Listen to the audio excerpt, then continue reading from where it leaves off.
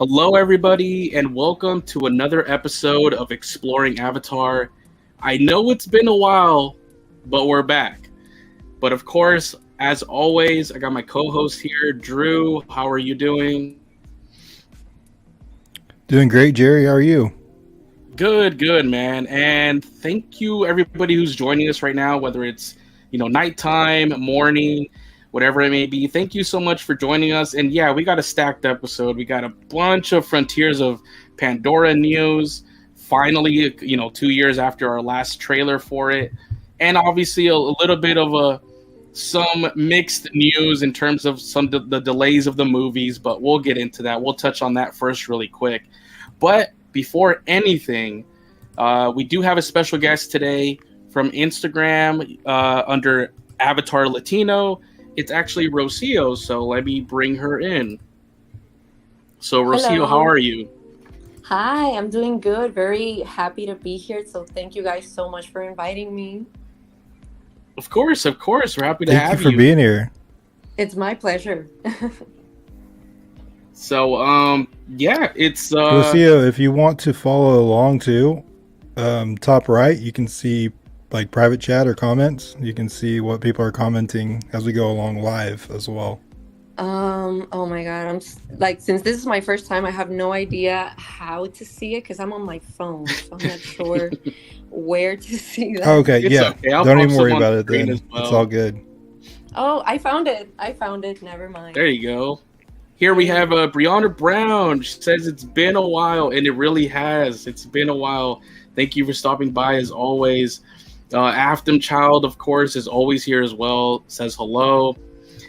So everybody's here. Thank you for being here. And yeah, let's get started. There's a bunch of news, so we had to have another guest come in to have this chat. But we'll start with the pretty mixed, depending on how it falls for everybody. The news that started with Jon Landau. So let me bring up his post here. It obviously gave us this little image that's like kind of like a teaser for Avatar 3. It's just like a rough cut image. But it came with a message that at the very end, he was talking about how, the process of the movies and how hard it is, how long it takes to put all the effort and to get to that quality. And then at the very end, it said, see you in Pandora in 2025. And of course, right away, we didn't know, like, is that a typo? Like, did he mean 2024, but he typed the wrong date? But apparently not. It was soon covered by Variety. Here, I put out a tweet myself, and I'll show you guys here. So Variety confirmed it. So Avatar 3 got pushed off a year. So now December 19th, 2025. And of course, Drew and I, if you guys have been with us in some of these episodes, we told you guys we anticipated that 4 and 5 were going to get pushed off by a long time. And sadly, looks like that is the case. So December 29th, 2029 for Avatar 4, and then December 19th, 2031 for Avatar 5. For me, guys, before I throw it to you, this day came out after the Frontiers hype. But this one was kind of like throwing me into an existential crisis. I'm like, where am I going to be in 2031? How old am I going to be? What about for you guys, starting with our guest, Rocio, looking at all this information, the delays and everything, how did this make you feel when you first heard about it? Definitely disappointed. I think everyone can agree. But at the same time, it wasn't that surprising because it was such a short time, just 2 years for another movie after waiting 13. It sounded a bit unrealistic, but I obviously still had hope for it. So it wasn't such a big shock when I saw the news. Right, exactly. How about you, Drew? Well, I think with me, I mean, who doesn't like being right? But I didn't want to be right on this. I wanted Avatar 4 and 5 to come out when it was supposed to. But Avatar 3 surprised me much more than 4 and 5. I actually thought we would get it on time, but I was riding so high from the Frontiers hype, it didn't bother me. If we hadn't had such like a fun day full of reveals the day before, I probably would have been a lot more bummed.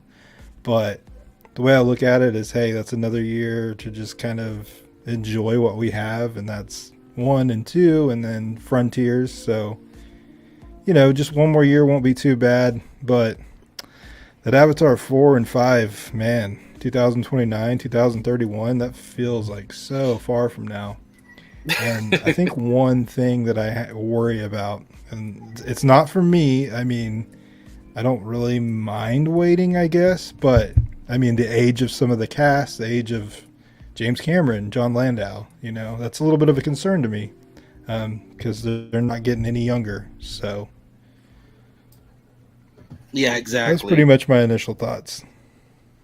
And good point on the first one with the Avatar 3, that one, like you said, it was the most surprising one.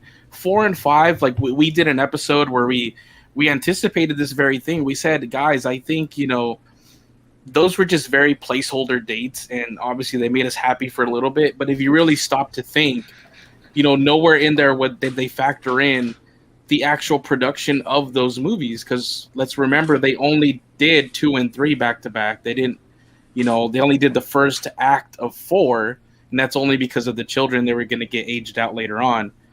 But the majority of 4 and 5, they still got to work that in at some point. And to do that performance capture, the live action, that's going to take, a few years to get that done. So plus the probably 2 years of post-production. But you're right, 3 getting delayed. But like you said, I think what it is, it's post-production on that. During some red carpet events, I think even during the Oscars, or it was one of those, some people from the Weta team had started to kind of plant seeds in there for me. Like, they were like, well, we'll see, we're trying to get it out by 2024, but it's really tough just because of the processing time of the rendering. It's like, yes, the movies were shot in the performance capture, everything's there, but to render everything at this level, it just takes such a long time. So that, I guess that's probably the reason, Yeah, that's actually the part that takes the longest, I think, out of everything. Yeah, for sure. Yeah, exactly.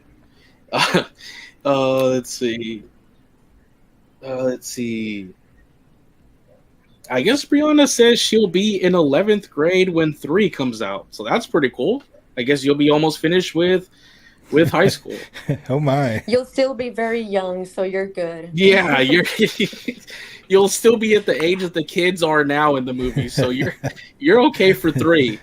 But I think for 5, who knows? That's that. You might have kids of your own at that point, so it could be a generational experience for you as well with your own kids. And it's funny because even Zoe Saldana mentioned it in a story, I think, on her Instagram, that she's gonna be like 51 or something like that when the last movie comes out. So even she is like dealing with it. Yeah, exactly. And even the 51 isn't really like terrible, but I guess you got to think, doing these acrobatics that she's known for doing in these movies at close to 50 years old. I'm sure they'll do the performance capture a few years before, but still, like late 40s.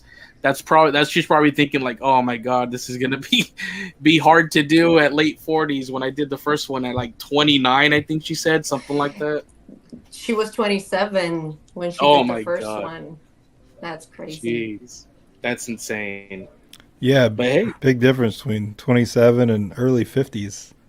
But I mean, I guess that her character Neytiri is also going to age in the same way as Zoe, so it's gonna go perfectly hand in hand, I think. Oh, there you go. That's a really good point. And obviously not just her, but the rest of the cast, everyone, the kids, Jake. So that's an important thing to do as an actor, Exactly. Big commitment from them. Were you the same way as I was? Were you the same way as I was and Jerry was when you did you see that Jon Landau tweet or post on Instagram first? And did you think it was like, hey, this just might be a typo, or what were you thinking? Definitely. I was like, he must have made a mistake because he just said it so casually. And it wasn't like a big announcement or anything. It was just at the end of the sentence. So I was like, Yeah, it must be a mistake. There's no way they would announce it this way. exactly. That's I what I was thought like. the same It thing. was literally the last like word. I mean, not even a word because they're numbers, but it was the last thing on the post. And you're just like, nah, he meant 2024, but Twitter doesn't let you edit it. So unless you got the blue check mark, you got to pay for it. And he's like, no. But yeah, but no, I guess you know, at We least they got the only broke. confirmation with all the news articles later. Yeah, and they were just trying to be nice, only telling us 2025. They weren't like, and then we'll see you again in 2029 and 31, and then you'd be like, what? Oh my god. Yeah, Yeah, they I killed read us the with other one. that. Yeah, this is insane. The whole day, I remember putting posts on Instagram and Twitter, and I love it because everybody was just like sharing how old they're gonna be. You know, it was like I'll be my 40s, 30s. You saw everything all over the place. You know, late 20s. I'm like, I wish. Uh, like I will be 41 years old. I will be 41. I know somebody in the chat just said they'll be 31. Uh, yeah, that was like 2 years ago for me at this point. But yeah, I'll be 41. What are you, Drew? What age will you be? Because I don't think I even know this from you yet. In 2031. Well, I actually just turned 41 this year, so there you go. So Could be pushing 49, 50, bro. because that's Yeah. what 8.5 years from now. So close to we'll round up to 9. Wow, you'll be 49. Crazy. You'll be at that Saldana age, bro. If she ever gets Yeah. single. Shit. What about you, Oh, Rocio? of course, yeah. So it's crazy thinking that I saw the first movie when I was like, oh my god, like let's say 13, and then the last movie is Wow. gonna come out when I'm like late 30s, like 37 or something like that. It's like it just it gives me like a midlife crisis. Like I was starting like, oh my god, like, and then I made that post where I was like, it's already breaking records already because honestly, I think this is the record for the longest out that they've ever set a release date for a movie at 8.5 years. So hey, it has something under its belt already. So there you go. Man, and Rosia made a good point. Like, if you were 13 and you saw Avatar 1 when it first came out, you would have waited half of your life and seen the second one at 26. Like, Yes, like by the time all of the movies come out, this franchise is gonna be part of my whole life. Basically, that's like I wild. grew up with it, I became an adult with it. Like it makes it even more special when I think about it that way. Yeah, Absolutely.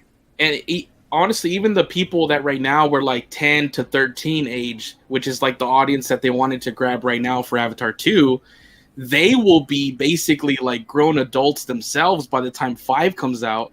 So if the characters that they were kind of close in age to right now are also that age in 5, they'll be like perfectly synced right there where they're like, oh man, I can really relate to this. You know what I mean?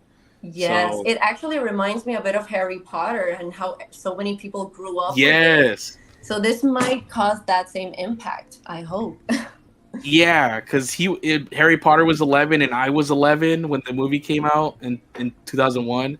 So literally, as the movies came out, supposedly they didn't match up exactly after that. But I was like, oh my god, I guess it was cool for a second. You're like, I'm the same age as Harry Potter. Yeah, So you grew up with it. We all yeah, did. I mean, if there you you saw go. it. Yeah. Did I enter the wrong chat room? Is this the Harry Potter podcast? Or Oh my god. No, I'm just kidding, guys. Oh yeah. Drew doesn't that is like a really you good point, though. any other franchise, so it never mentioned anything else. I mean, I do compare them sometimes because I think this could be as big, in the long run, this could be as big as Harry Potter. That would be the best case scenario. I think that's a fair point. I think individual movie-wise performance, like, yes. I mean, this one's going to have 5. Like, if we're talking box office numbers, yes. It just depends, like, in terms, that's when you get into the whole thing, like, what kind of cultural impact, like, Is this ever going to reach the heights of like a Star Wars? But that's a discussion for another time. Frontiers today, ladies and gentlemen, Frontiers. Yes. Let's see the most recent comment. Cameron is taking a huge risk with these delays. Some of the cast, like Weaver, who is pushing her 70s, will croak. Hey, heck, Cameron might croak. Oh my God, 2 croaks in there before the series is done. They'll need AI for actors. Man, don't be so negative. Hey, I have the same. I have the same worries. Not unexpected death, but man, like when you're in your 70s, so much can change in just 4 or 5 years for your health, for your mental health. Yeah. I mean, I do have some of those worries. So hopefully that's not the case. Let's wish that everybody, cast and crew, gets to finish the journey along with us. Whatever year it comes out, because like me and Drew before the podcast, I believe these 2029 and 31. I think this is the earliest we are going to see these movies. Even these dates could potentially change once they actually start, going into production. So we'll see. We'll cross those bridges when those sky bridges when we get there. But for now, let's go. Let's switch gears and let's go to Frontiers. The positive news, like for months, like Drew and I were just waiting, like on Frontiers, like come on, please come out this year so that we have something big in 2023. And they didn't disappoint. It's towards the very end of the year, but it's December, just like December last year for Avatar 2. So I guess December is the new month for Avatar, and that's great. And we get it. Our wish was granted, and a bunch of news came out as well. So we'll start diving into that.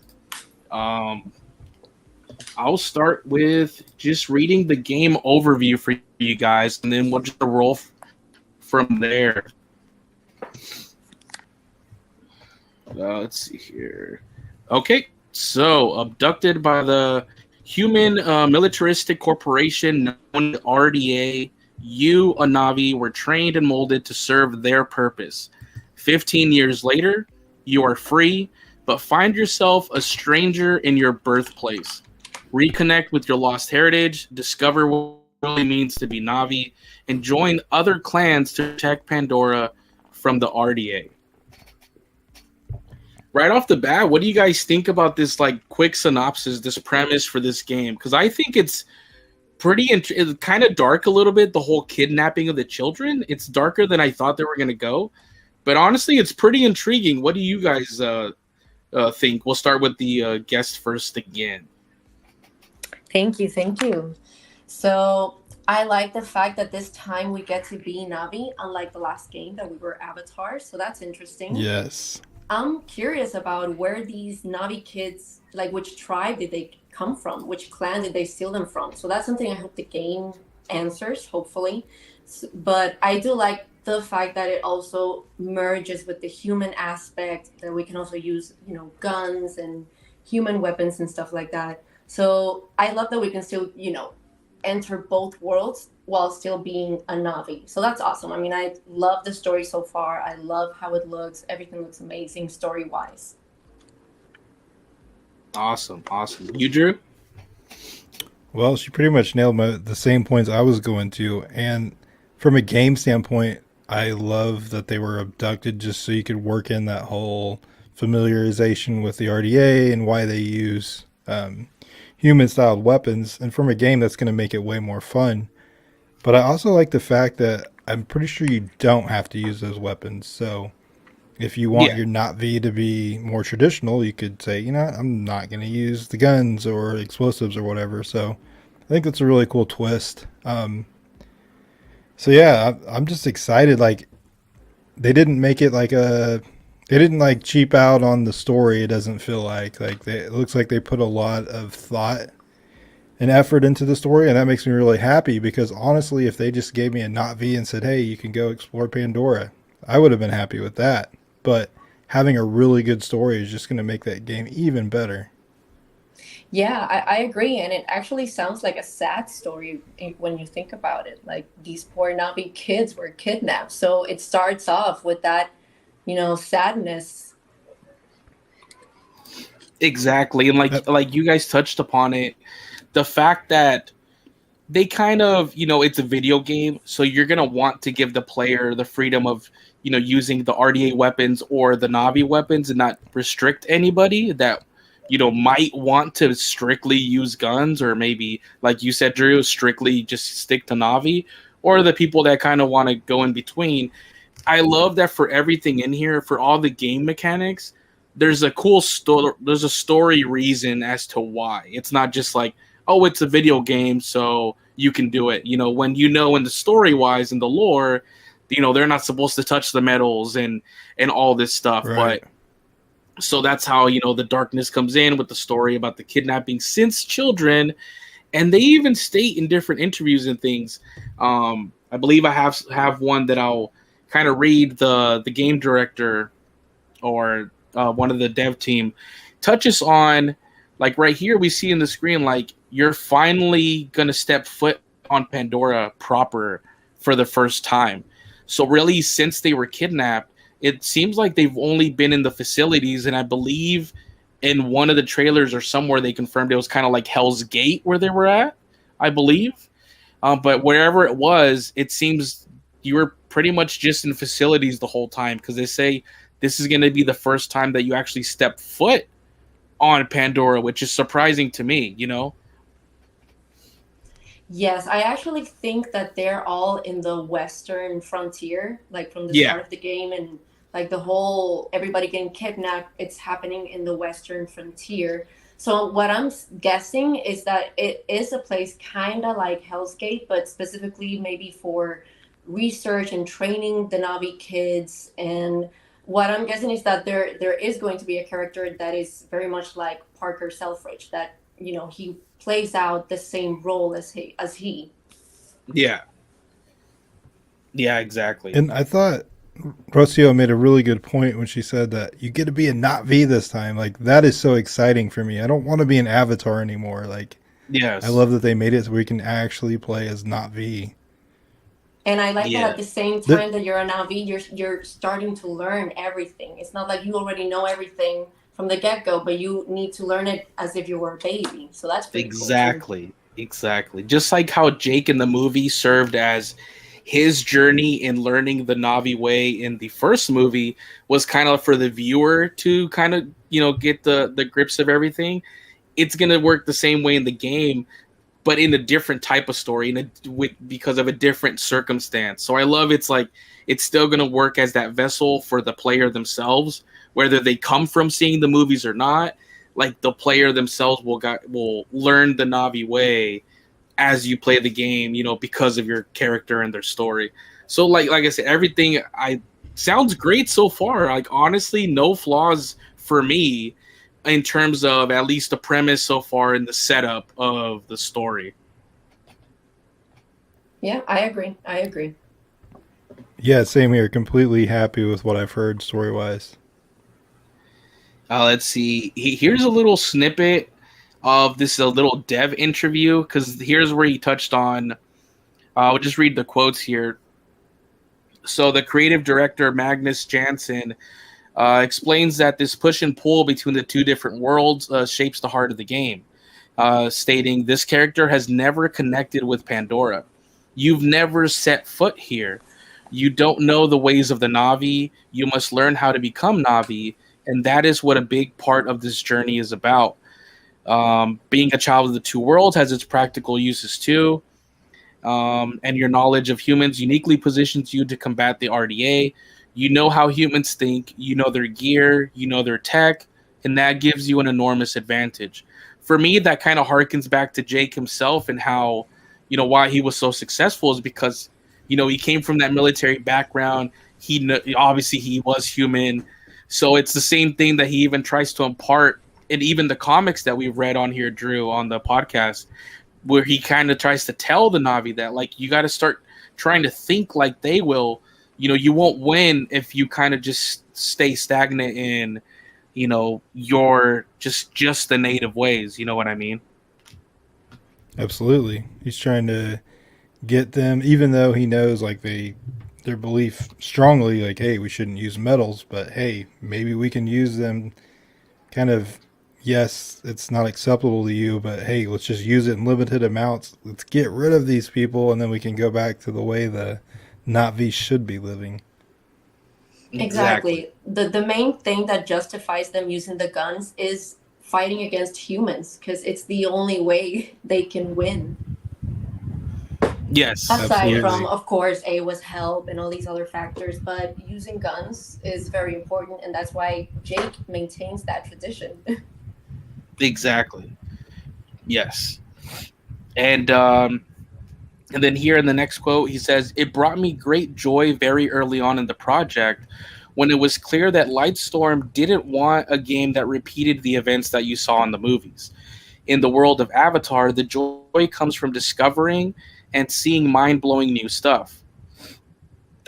With this in mind, Avatar Frontiers of Pandora takes place on a never-before-seen region, like Rocio mentioned, on the Western Frontier. The Western Frontier hasn't been explored in any other media, and we're excited to take players on an all-new adventure." So, like you were mentioning, completely new continent. Continent.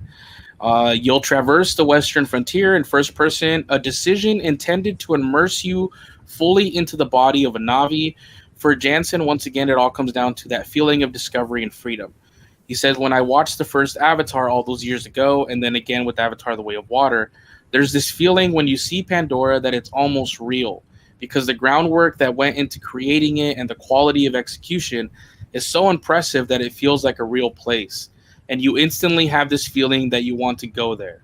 And I remember walking out of the movie theater and almost feeling a little sad that I couldn't.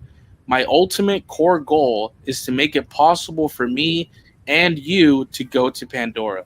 And a first person perspective is the best way to be immersed in a new place. There's so much in the details and in the technology of Pandora, all these otherworldly reactive things, and you want to touch them and see how they react. First person was the most tactile and most importantly, the most immersive." So that brings us to the point of that the game is first person. But honestly, I agree with everything he just said here, and it's what I would have wanted the creative director to kind of say, you know what I mean, and to feel. What do you guys think of like the decision for the first person when it comes to most of your traversal, like by foot? I definitely Rocio? feel I definitely feel torn. I do love third person just because I can see my character doing all this stuff, running, fighting, the wardrobe that they use as well. I love seeing the clothing, the weapons.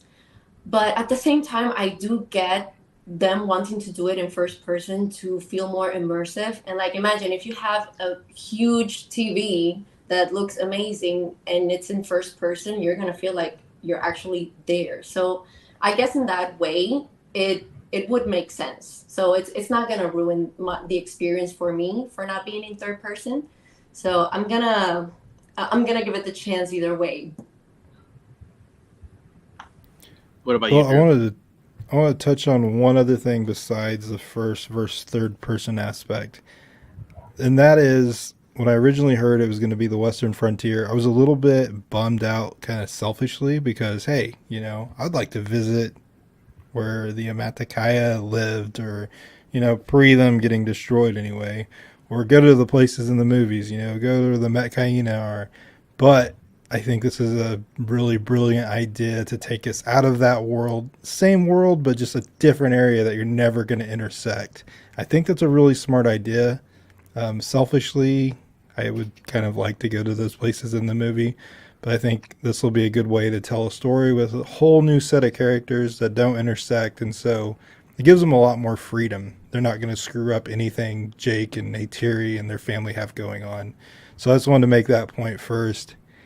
And when it comes to first versus third, I like to play in third person, but I respect the fact that this game was made with first person in mind.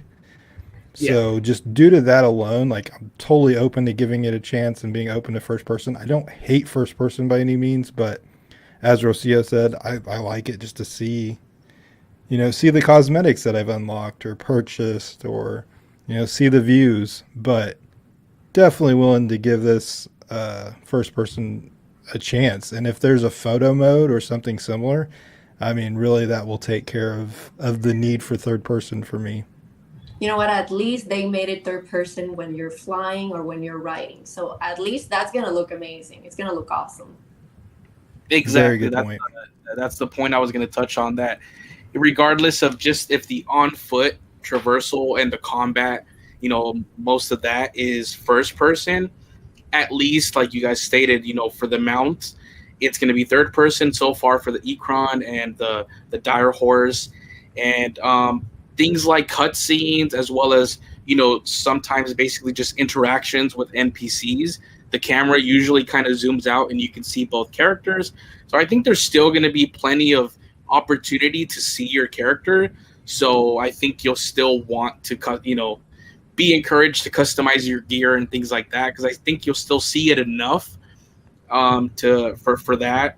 But I mean, you also get to customize other stuff too, the Ikrons, things like that, and little trinkets for your guns and your bows, so that because you are in first person most of the time, there's other little customization options for your weapons as well. So, and who knows, maybe some cool bracelets or something that you can see all the time.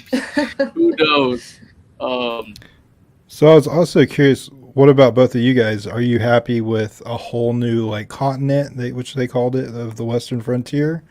Or would you guys have wanted to be where we were seeing in the movie? Or how do you guys feel about that? I mean, of course, the movie's always going to be, number one in our hearts, I think. But at the same time, I'm super curious to see what else Pandora has to offer. So it's there could be so much to see in those games, like from animals to plants, that I'm really excited to see what else they came up with. Exactly. That's what I was going to say. And honestly, Drew, you've mentioned it, to us outside of the pod, where you're saying like King Lord Forest. You mentioned, you're like, man, I'm going to take my time in this first one, and it's the one we're seeing here on screen because it's the one that's most reminiscent to that first movie, and it has all the hallmarks of when you think of Avatar, you think of the forest, you think of the floating mountains, and this first region is the region that's giving you pretty much the greatest hits of what we liked from the first movie. So I think that's how they're gonna have, for you might keep coming back to this region every now and then for that nostalgia, but at the same time it's probably gonna be different in some ways than what we've seen in the movie. Like Rocio was saying, other creatures that maybe weren't in the other continent. We've already seen them, running around. We don't know any of their names, but we've been spotting so many new creatures that it's going to be, the Pandorapedia is, is going to expand quite a bit just with the amount that we've seen. So I can't wait for that too. So I'm actually very, very open to it, because in a way the movie's going to keep introducing new regions itself. So the movies themselves are not going to keep going back to the Avatar 1 setting, or even maybe what we just saw in 2. They're going to keep moving forward for the next sequels to come. So it's great that in this whole other continent, we get to see other new tribes and other new regions that even the movies won't cover themselves. So that when you look at the franchise, you kind of zoom out, you get more of a sense of Pandora in general. So, and that's what I like, that it's getting filled out more. You know what I mean? Because this is all canon. Yeah, I mean, those are really great points you both made, because I was thinking more from the character aspect, but you guys are right. I mean, I do want to see new areas as well, and new plants, new animals. So, yeah, I'm right there with you guys. Yeah, and I think that the one thing that I need the most out of Avatar is the lore. Like, I need to see more clans. I need to see what they do, how they live. So it's awesome that we can see that so much more in this game.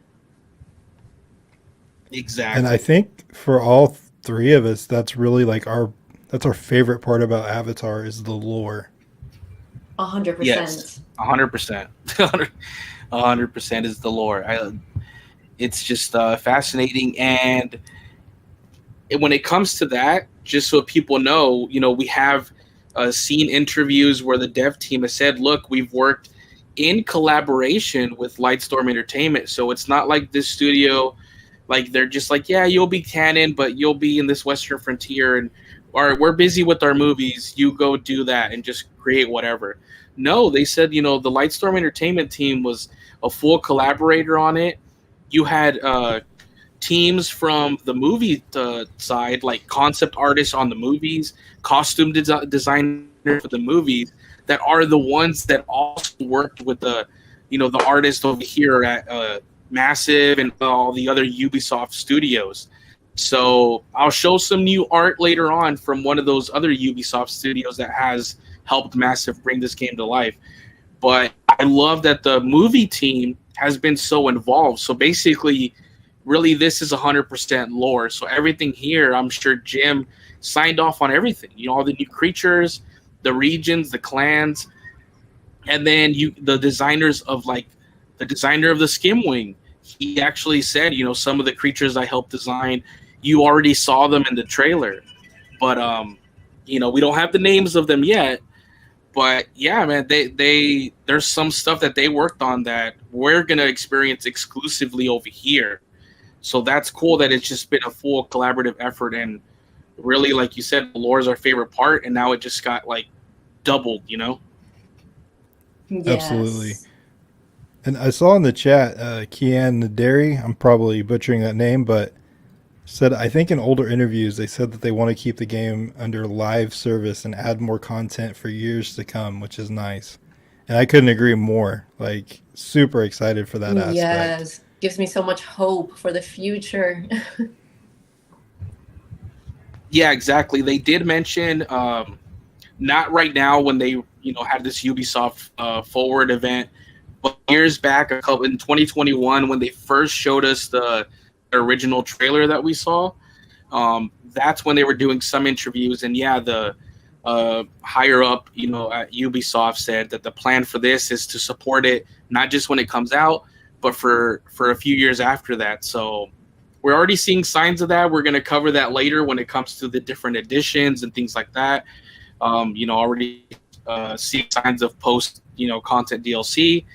But yeah, the fact that it's, you know, they can keep adding to it. Not only will we get these 3 new regions in this continent, but they'll probably just fill out this continent even more with some other regions. We at least have 2 big DLCs that they have planning. But like I said, we'll cover more on that later. But yeah, anything else you guys want to cover when it comes to the continent, or kind of move on to our next topics? I think I said all I need to, man. What about you, Rocio? Same. All right. And just that last part of that interview with the developer, it goes to the whole, you know, your perspective will change to third person when you're in the air on the back of your very own customizable companion Banshee, or, you know, Ikran, which is pivotal to the core Avatar Frontiers of Pandora experience, saying soaring through the skies is so key. And what the current generation of consoles has allowed us to do with regards to how far we can render the speeds at which we can travel meant we could really do it justice. The way that you've customized your Banshee too helps make it feel like it belongs to you, something that can only properly be seen in the third person. The mission where you get your Banshee is a central part of becoming a Navi, and you'll get to really make it yours by naming it, equipping it with gear, and more, says Jansen. So that's how that interview ends. And honestly, I love that. I love that it was confirmed that, you know, we get the third person for flying. Because I think in that one, I would have had such a hard time. You know what I mean? In other games, I can't really... I love driving and everything in third person. For some reason, I get in first person and driving and stuff, and I'm just crashing all over the place. So I love that we'll be able to, yeah, kind of just enjoy, like you said, you're going to customize your Banshee. You get to see that. We get to see some of it right there on screen. Like, that's customization we have yet to see even in the movies, you know, and it looks amazing. You know, it's just Navi stuff, and it just looks incredible on the Banshee. Yeah, and not to mention, we're going to be able to fight while we're riding the Banshee. So it's going to look awesome fighting, you know, like throwing the arrows and everything at the helicopters while riding it. It's going to look pretty cool. Yeah, exactly. Hey, and good point about being in third person. Like that's like definitely need that to appreciate our Banshee. I've played Red Dead Redemption 2 and tried to ride the horse in first person, and that's a hot mess. Like it's pretty funny. Exactly. It's just a giant head in your way the entire time. Yeah. So I I am can very glad that we get third person for riding at least. exactly. And But yeah, I love that we just even get to name our Ikran though. It's those little details like that. That's just like yep. Oh, I feed didn't it, know that. customize it. That's pretty Yes. cool. Yeah, you get to name So it we have and feed it. So it's a Tamagotchi. So yeah, I you get to love feed that. it too. It makes it feel way more realistic that way. Amazing. absolutely. You get to recreate that Yes. little Neytiri scene when Jake Sully sees him for the first time. There you Right? go. She hands it like a piece of meat or something like that. Yeah, yeah, yeah. There you Yeah, go. we're gonna have to work on getting that call down so we can call our own Seize down. Feed her. Oh man. But yeah, they said basically when it comes to the Banshees and the freedom of the game in general, they've also talked about how you can pretty much go anywhere that you guys have seen in the trailers, like in the vistas and everything. You can go there. You can go to all the tops of the floating mountains. They said you can go to places that you probably shouldn't go to, and you might learn, why you shouldn't, but you can. So I love that there's just that freedom too to just explore Pandora itself, to your heart's content. So we're not really so bummed when a delay on a movie, takes a long time. It's just because we want to return to Pandora. And when it comes to this game, that's why I love it so much that it's coming right now, because it's going to be that perfect buffer in between. Like that extra year for 3 is going to feel a lot less, and hopefully even maybe those other years for 4 and 5, will feel less as well. Just because right now, once this is out, you can go in and explore at least the western, frontier of Pandora, however much you want, and go wherever you want. Yeah, and it feels like there's gonna be plenty of places to see. So you're gonna have a lot to cover. Exactly. Yeah, super excited for that. And I think they made the right choice by starting us off in a familiar area and then letting us explore less familiar areas from there. Yes. We'll get not only so we touched on that first region, the Kinglor Forest, which is very reminiscent of Avatar 1, and then it'll go to the grasslands, and then the Cloud Forest. But very quickly, here on the screen is some key art to let you know that there is co-op. So that's the other feature.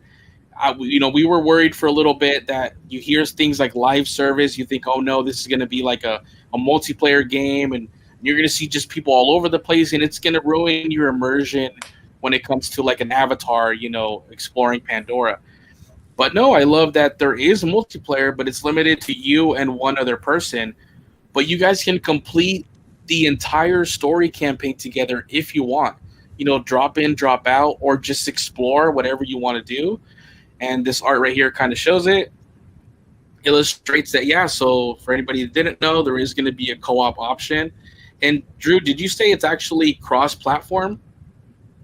Yeah, on one of those 2 links that you sent in our chat, they mentioned that.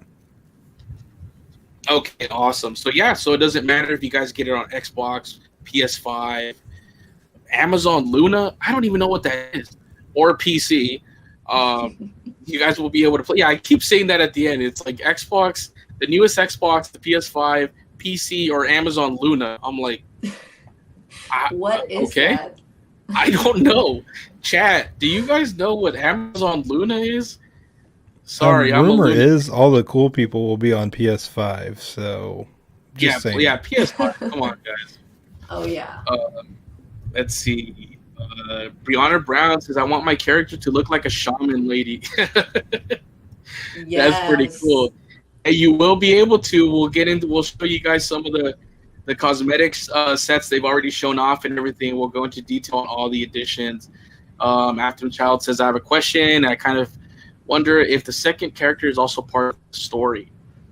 I don't know. It could just be that it's going to be one of the other kids that were kidnapped. I don't know how that really is going to work when it comes to the cutscenes. So I guess I know Drew and I are going to.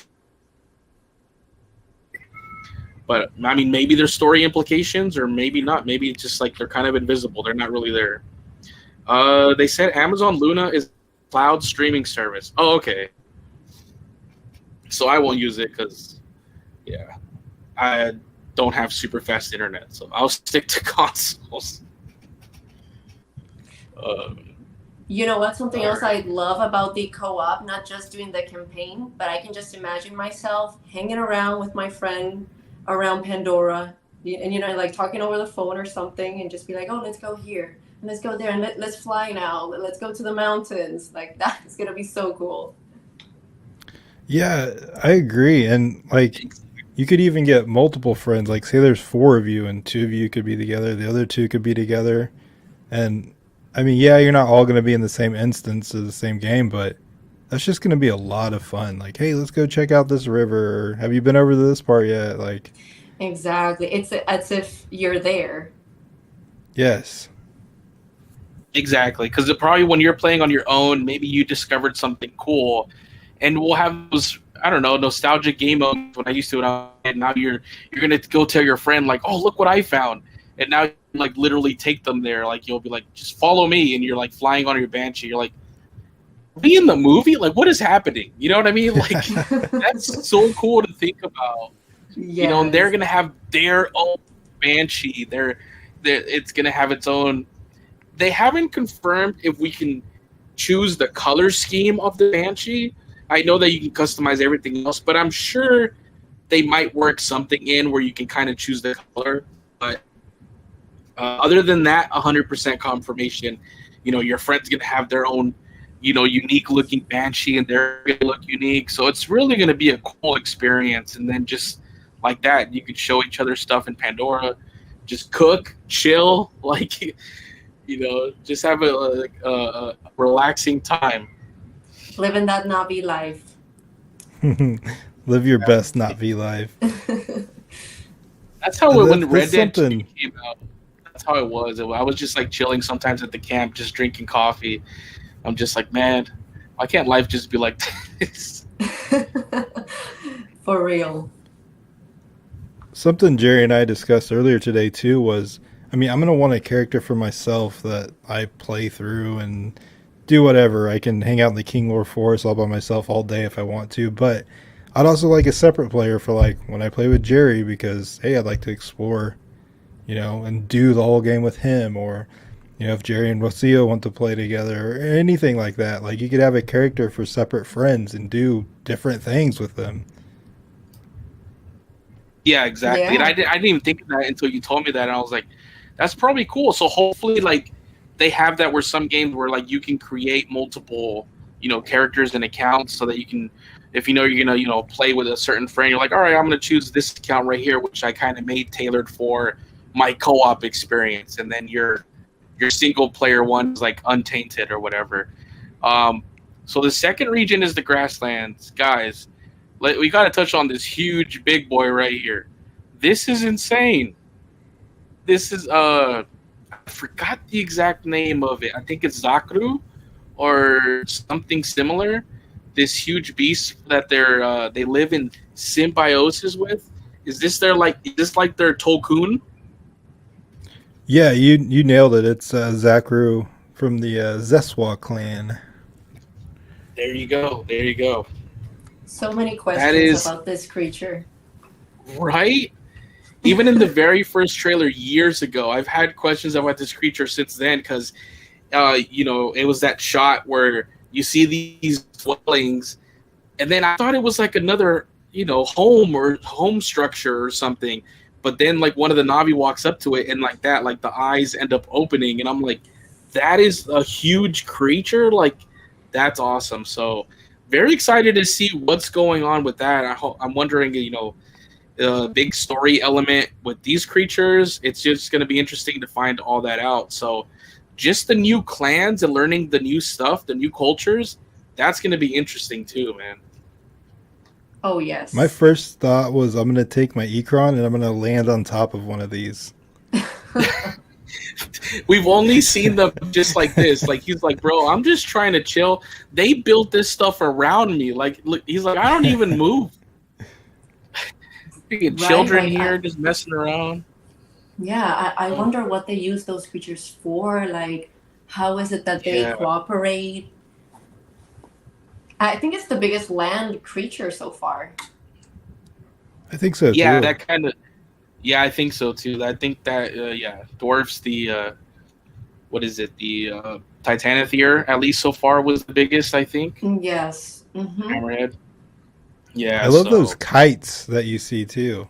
Like, or yeah, I mean, I I don't was about know. to say, like, look at that, like, look at so much like more of the Navi artistry that you're gonna see on display in this game. Like that maybe they created it and concept art it for the movies, but sometimes you don't see everything that they design, or maybe it's right on the corner of the frame and it doesn't get time. But like they said here, everything they designed they wanted the real collaborators to come in because now the player is going to get to touch everything and move it around, they said. So now they said a lot of the designers from the movies were excited because in the movie you don't have that luxury. You can't fixate on every little item or detail, but they said in this game you can. So a lot of the designers from the movies really had fun helping them design a lot of this stuff because now the players are going to actually be able to see all their work. You know what I mean?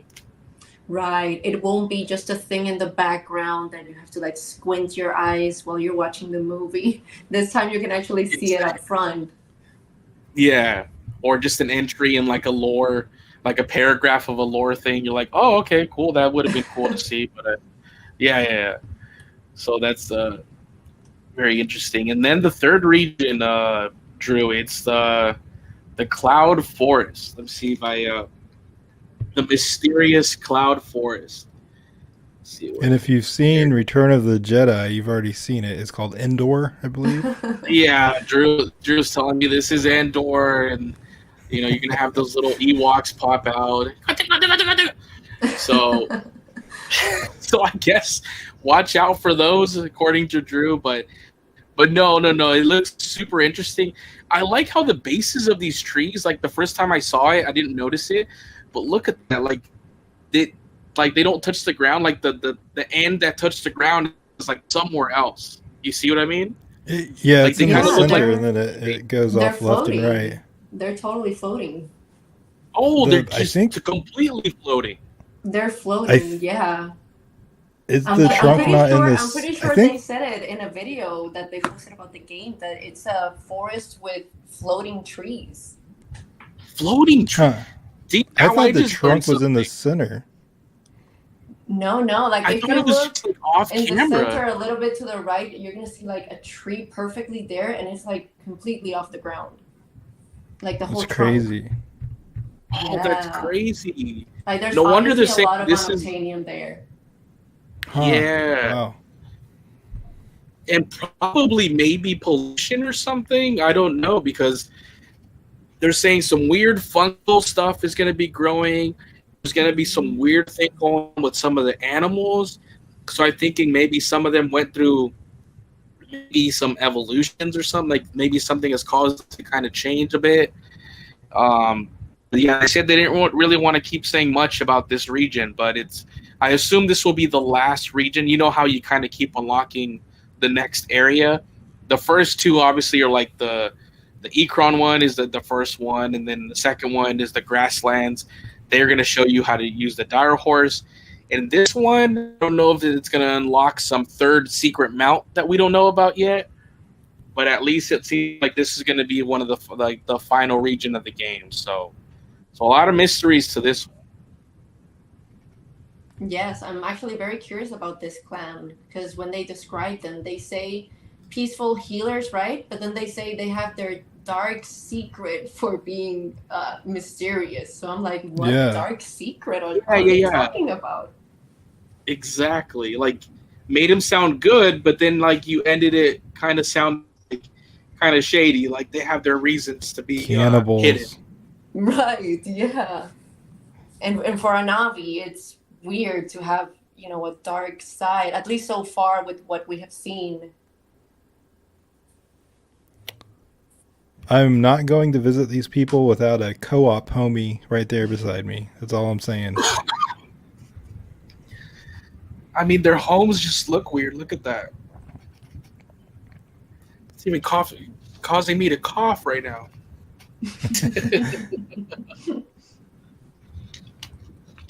Oh man. So they live like inside a cave. Yeah. Let's see. There's Kind another of. shot I think I have of some of them. Here we go.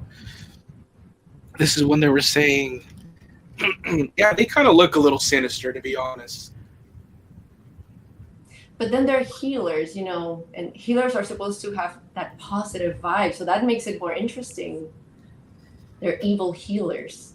Maybe they got tainted. Like now they're dark. You know what I mean? Dark practices now. Yeah, makes sense. I can't wait to hear more about them for sure. Absolutely. I mean, there's a reason, I'm sure, behind it. So hopefully that's something we explore in depth in the game. I'm sure it is.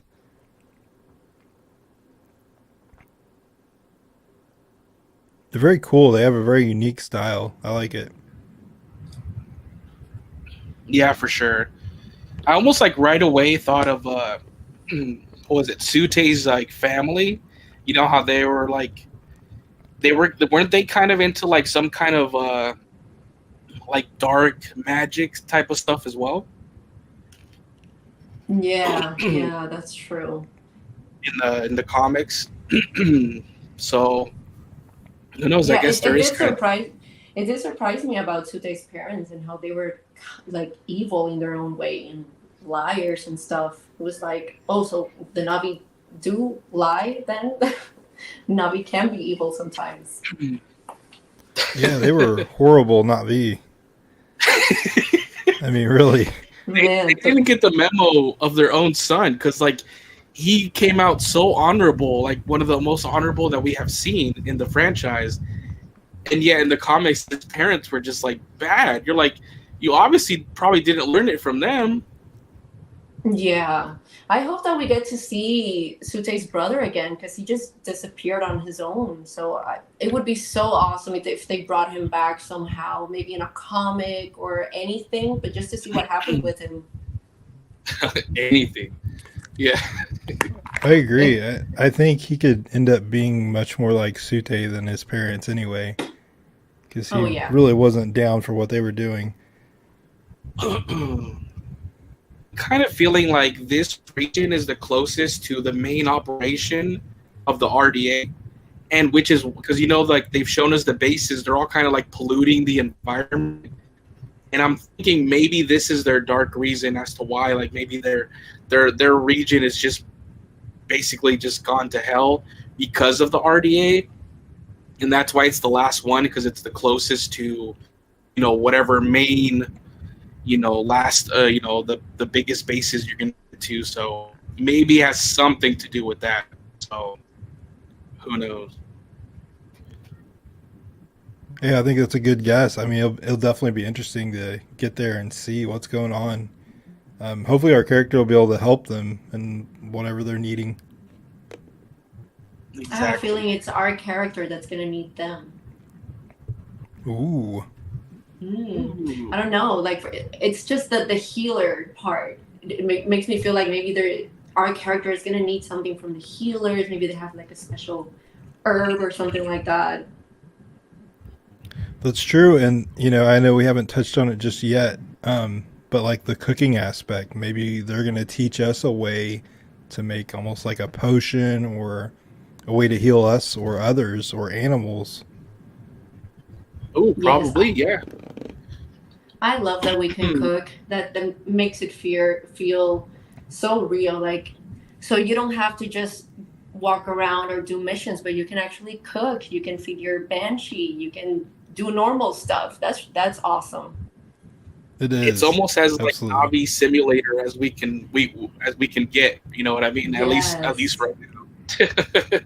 So it's really cool. It's just like pretty much the dream of anybody that plays games and loves Avatar. It's kind of like this has checked all the boxes. Um, Here's some new little moths. But when it comes to another gameplay aspect, I love the skill tree one, where once again it's woven. It's a game mechanic, but it's woven into the story again, where it's when you connect to the tree and you're kind of learning these skills from your ancestors. That's such a good that's such a good way to do it. You know what I mean? I wouldn't have thought of that. I mean, I wouldn't have thought they were going to do that. And when they showed that, I was like, dude, that's perfect. It's kind of how everything else has been, where it's like, cool, story reason. Yeah, how you guys liking this skill tree? And this is how you learn more skills, kind of tapping into the memories of your ancestors. It's brilliant, in my opinion. Definitely, it's awesome being able to connect to Awa, and for them to portray it in that way that looks like a tree, kind of. It's awesome. Yeah. I'm in love with that. And I never even considered that when thinking about this game. Like, just thinking about what they might do. I never even thought about Awa. I didn't think a game would go that deep. And so yeah. I agree. I think you nailed it by saying brilliant. Like, wow. Like, I feel like they kind of thought of everything. They did. Something else I kind of noticed on this, it looks like we're in the menu to kind of improve yourself, maybe jumping, or I see like a grenade skill or whatever, but like L1, R1 buttons, I mean, you can, I think there is a grenade in there actually. Yeah. Your Ikran is down there. So I feel like you're going to be able, and I'm not sure what the hands at the plant represent, but I mean, obviously another skill.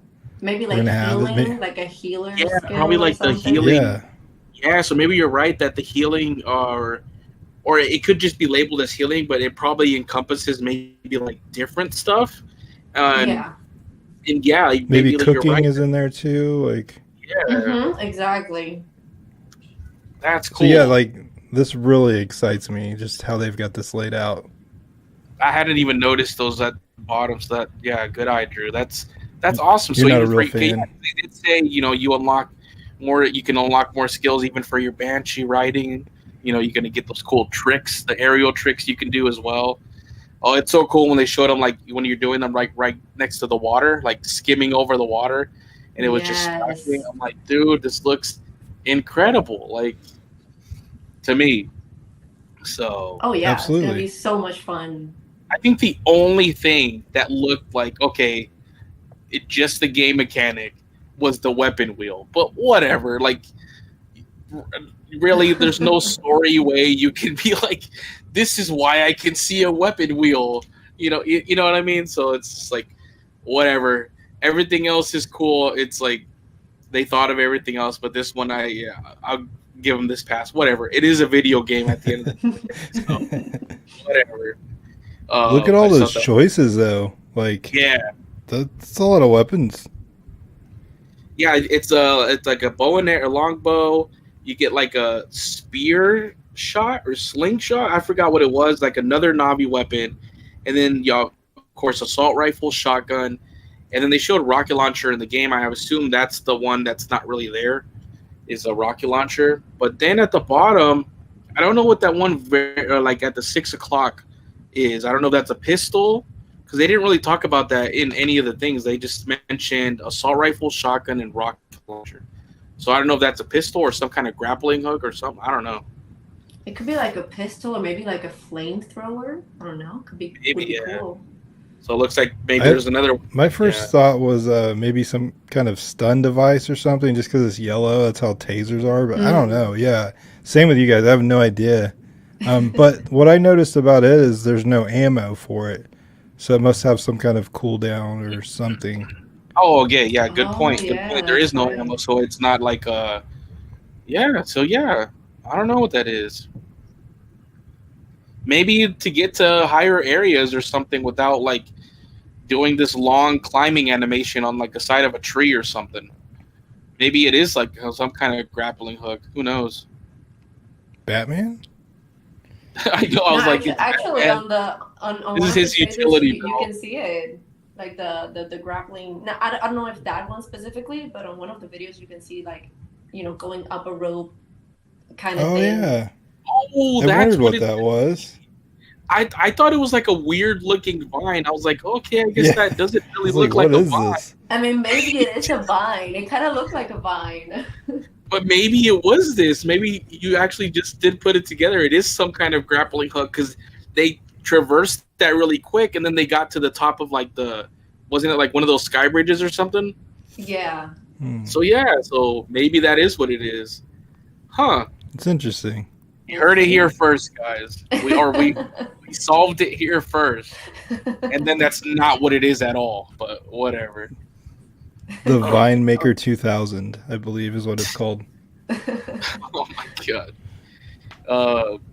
But yeah, anything else game wise before we start getting into like the editions that we can buy, the collector's edition and some more art that I discovered. Anything else in terms of the game itself that we want to touch on that you guys have maybe wanted to bring up or anything that I'm missing? And then I'll look at the chat as well. Chat, mention anything that you guys want us to talk about.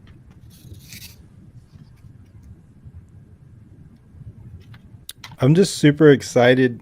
I know this sounds corny, but to feel how it will feel to pull back the bow and the tension, like in the PS5 controller. Like, I think that's going to feel really cool, feeling the vibration.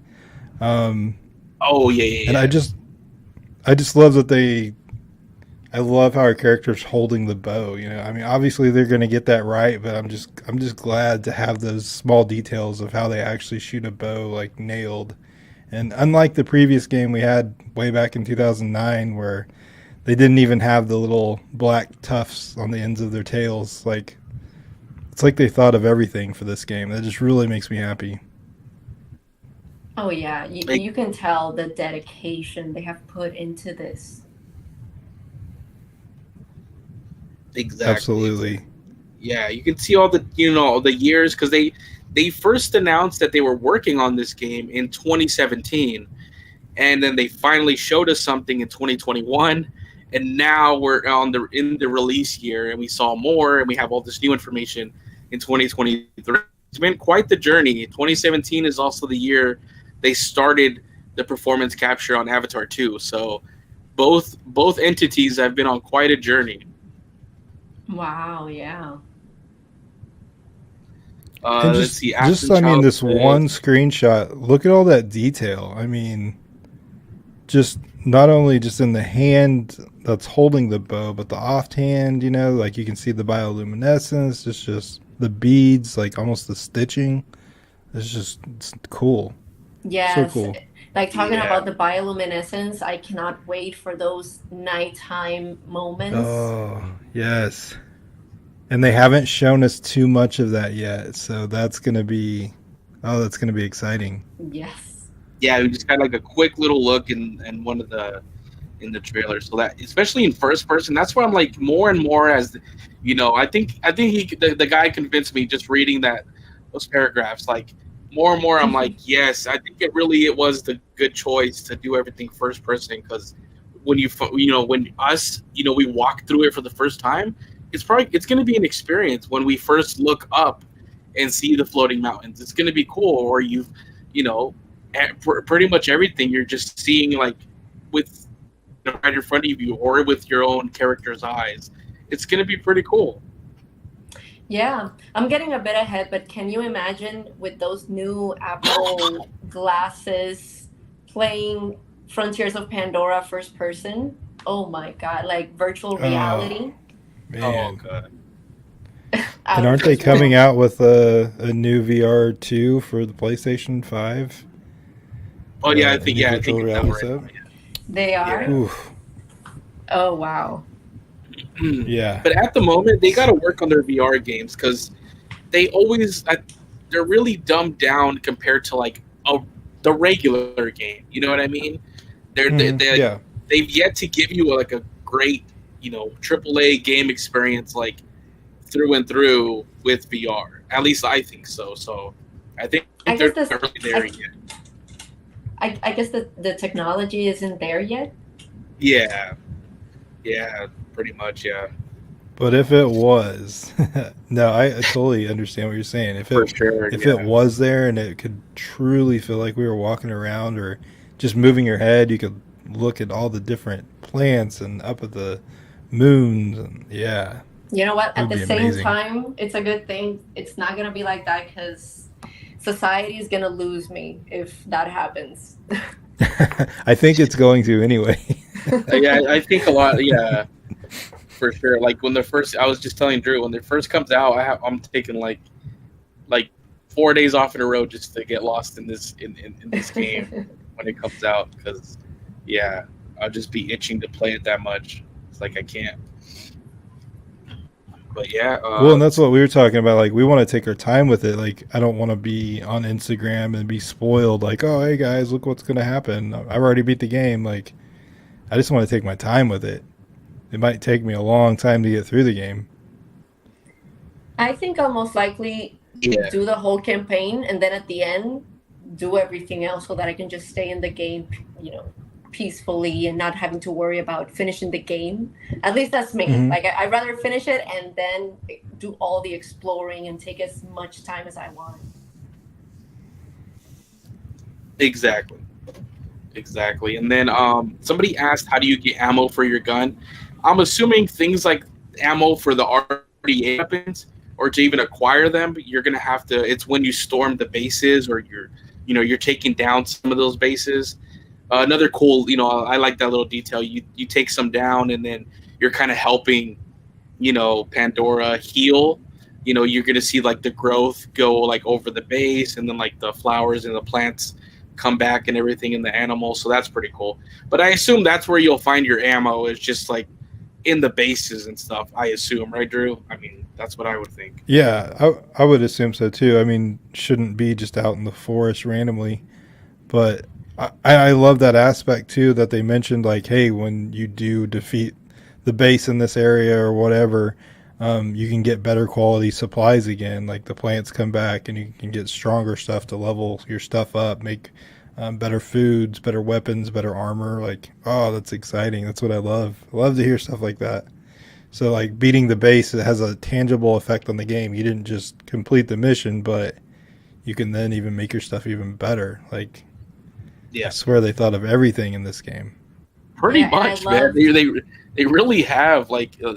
Hey, they took their time and it shows just like with the movies. It shows, um, which to very briefly touch on the graphics. I think the graphics they're good enough for me. Like I actually think they look good, but I know those are the only few complaints here and there that I did hear with the graphics. But I mean, for me, it's especially with what they're doing, like how expansive it is. They're doing active ray tracing at all times. Most of the AAA games don't do ray tracing at all times. You have to like turn it on, and then it really reduces your frames per second. So this one's going to be running with it at all times. So they're doing so much that technologically it still is really advanced with what they're doing. Like they said, flying with the Banshee at high speeds, you have to really render in all those new elements as you're going through the land. And because they said that you could always see about 2.5 miles away. So you have to have all the detail for that and the ray tracing for everything when you're seeing on the ground above. So what do you guys think of the graphics just very quickly? I I really don't care as long as everything else is really great, which it seems like for me it's good. I agree with you. Like it's not such a big deal for me, but if I were to think about it, everything to me looks amazing. But the one thing that I think could be a little bit better is the Navi themselves, like to look more realistic. Because when I play PS5 games, everything looks so amazingly real. Like even the characters' skin, their eyes, it looks like a real person. So Yeah, I kind of want them to also look so real, maybe like not as far as the movies because that would be a lot, but close to that. I feel like at least in the trailer it doesn't look as real as I would want them to. that's a good. I agree.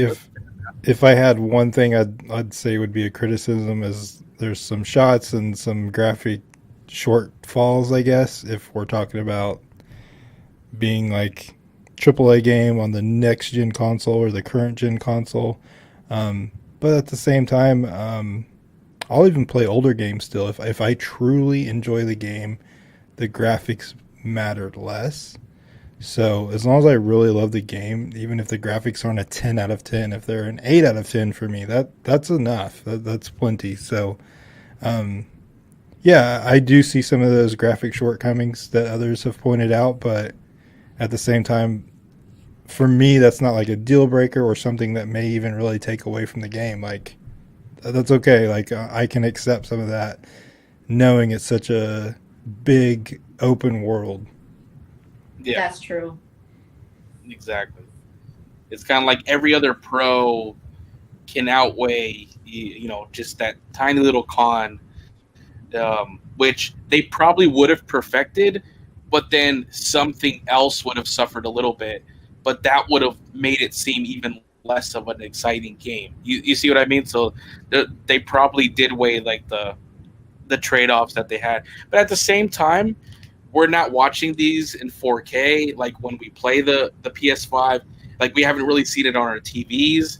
We're seeing it just on like YouTube, which compresses the video a lot. So, and they still have some time to work on it a little bit more. So, well, I mean, hopefully when it does arrive, you're like, oh man, you know what?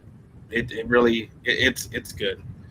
But That's a really good point, because it's either the YouTube screen that we're watching, or they still have time to make it way better from here till December. So I'm not worried about that at all. yeah, exactly. Let's see here. I know this is not related to Avatar, but does Dune have a PS5 game coming out? Yes, they have a survival game coming out. I forgot what it's called, but yeah, Dune does have one. All right. Anything else of the game itself? Because I can go over to like all the new art that I found that was shared by one of the pretty much the art directors from Ubisoft Shanghai. If you guys are cool with that, or is there anything else on the game itself that you guys want to touch before we move on?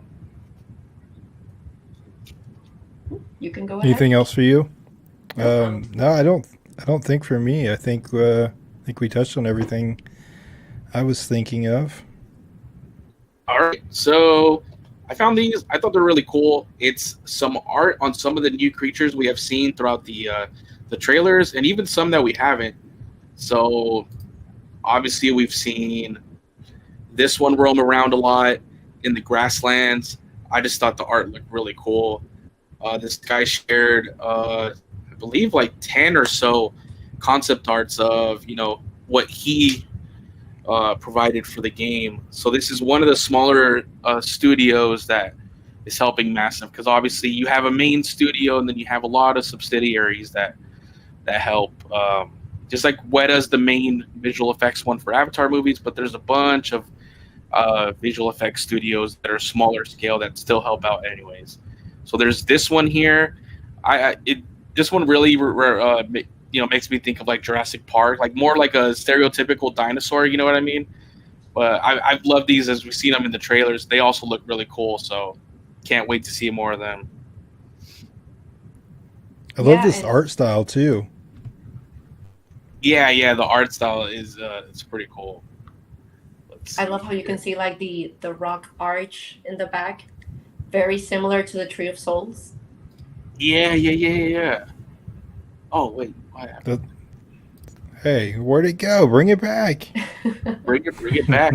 Oh, there we go. There you go. Yeah, so that might be a main element of the grasslands. Like that area, probably in the background, is something we're gonna, it's gonna be above the players' heads or something like that. So that's pretty cool. Yeah. Which means I will have to take my Ikran and fly on top of it. There you go. Perch yourself right up there in the middle and stare down at these beasts. And hopefully by then you'll know their name and you'll call it out. And here's another one that I think we have seen prancing around in the trailers. But, dude, they look so cool. Yes. So, It's like obviously a we don't know deer. the names to any of these.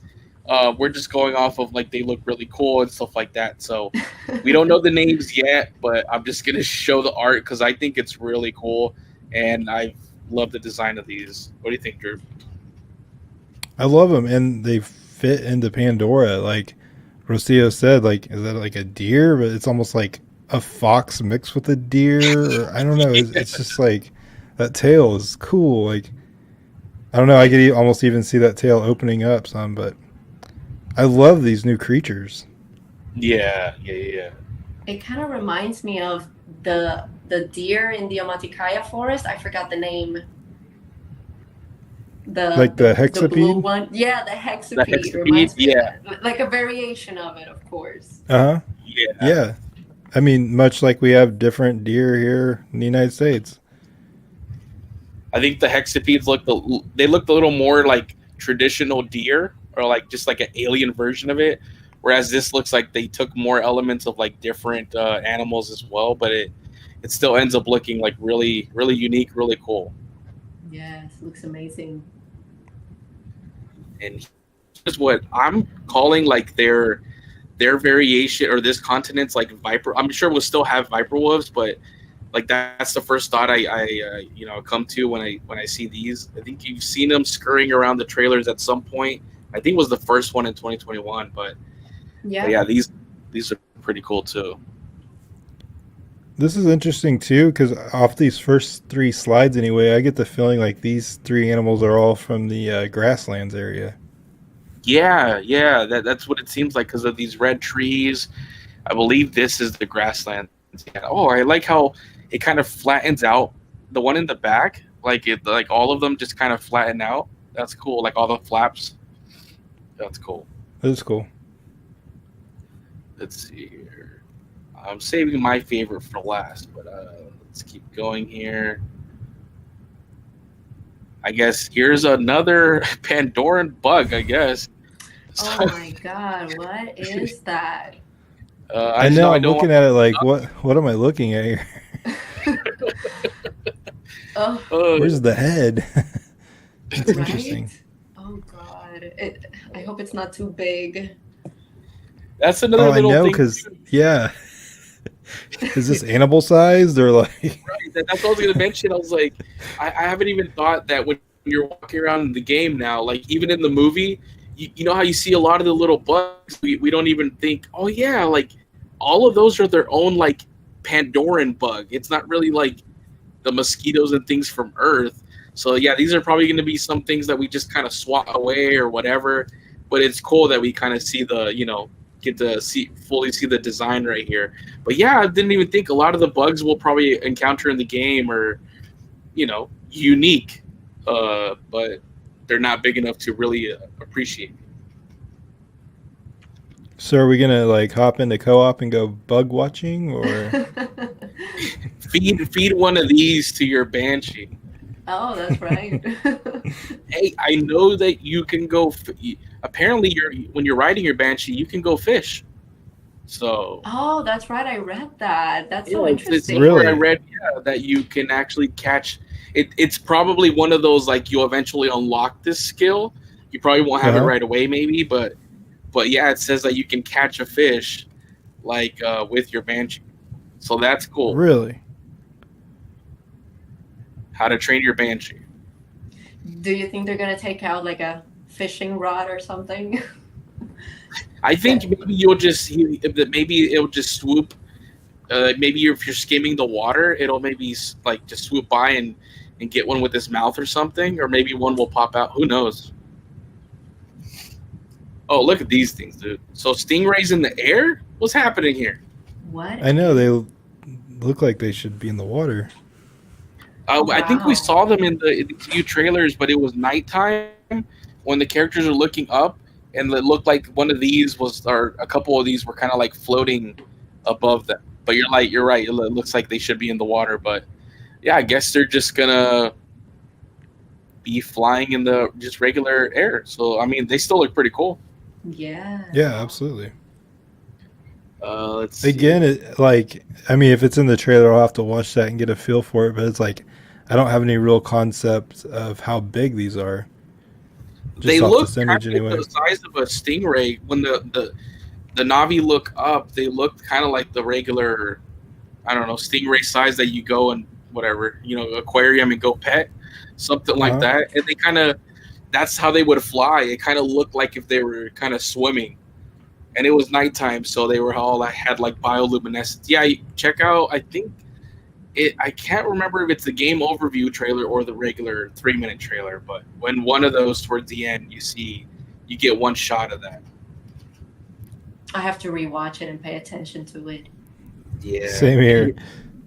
And here's my favorite.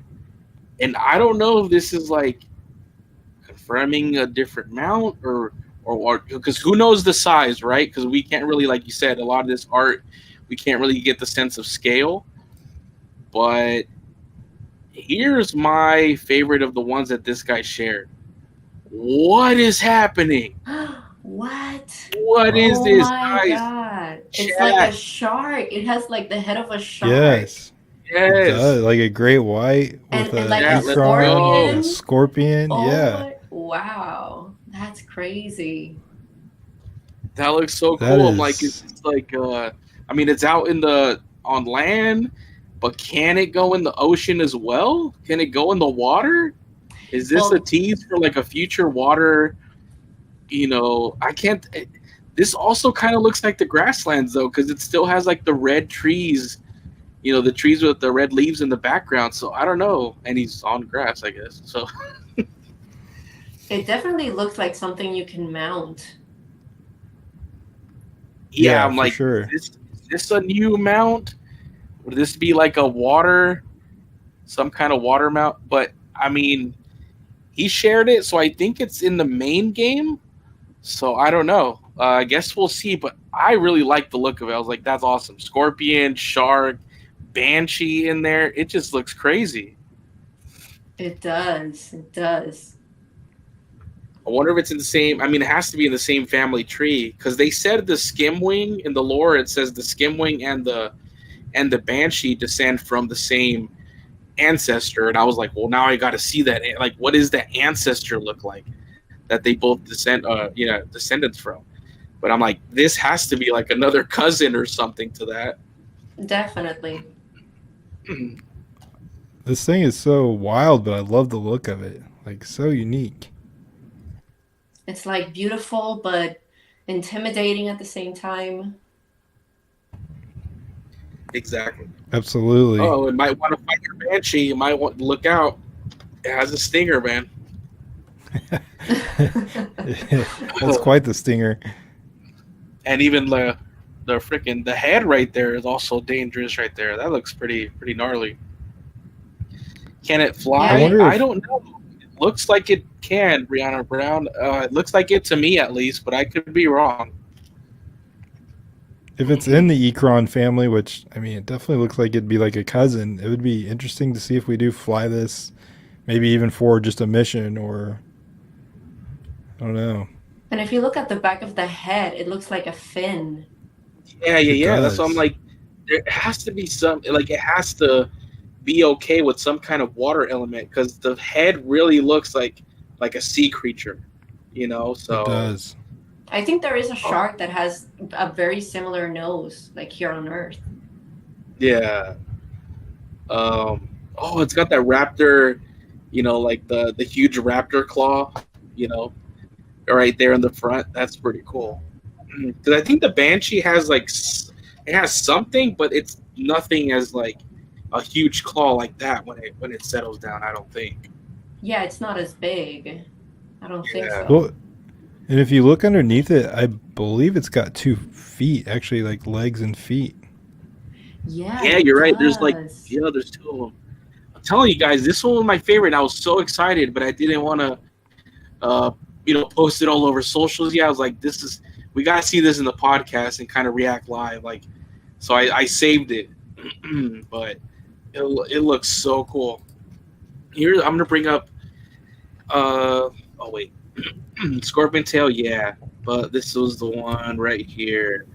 They're saying it looks like the creature in the background of the Avatar 3 teaser picture. So the one that Jon Landau shared, let me bring that up. Because, guys, I think we might have... I mean, if this person's correcto mundo... Oh, that's right. But it was like green, I think, in the picture. But it does look similar. John, Lizzie, where are you? Where is the picture? Here it is. Here it is. All right, guys. You guys have to do detective work just like us, all right? Get to work. Here we go.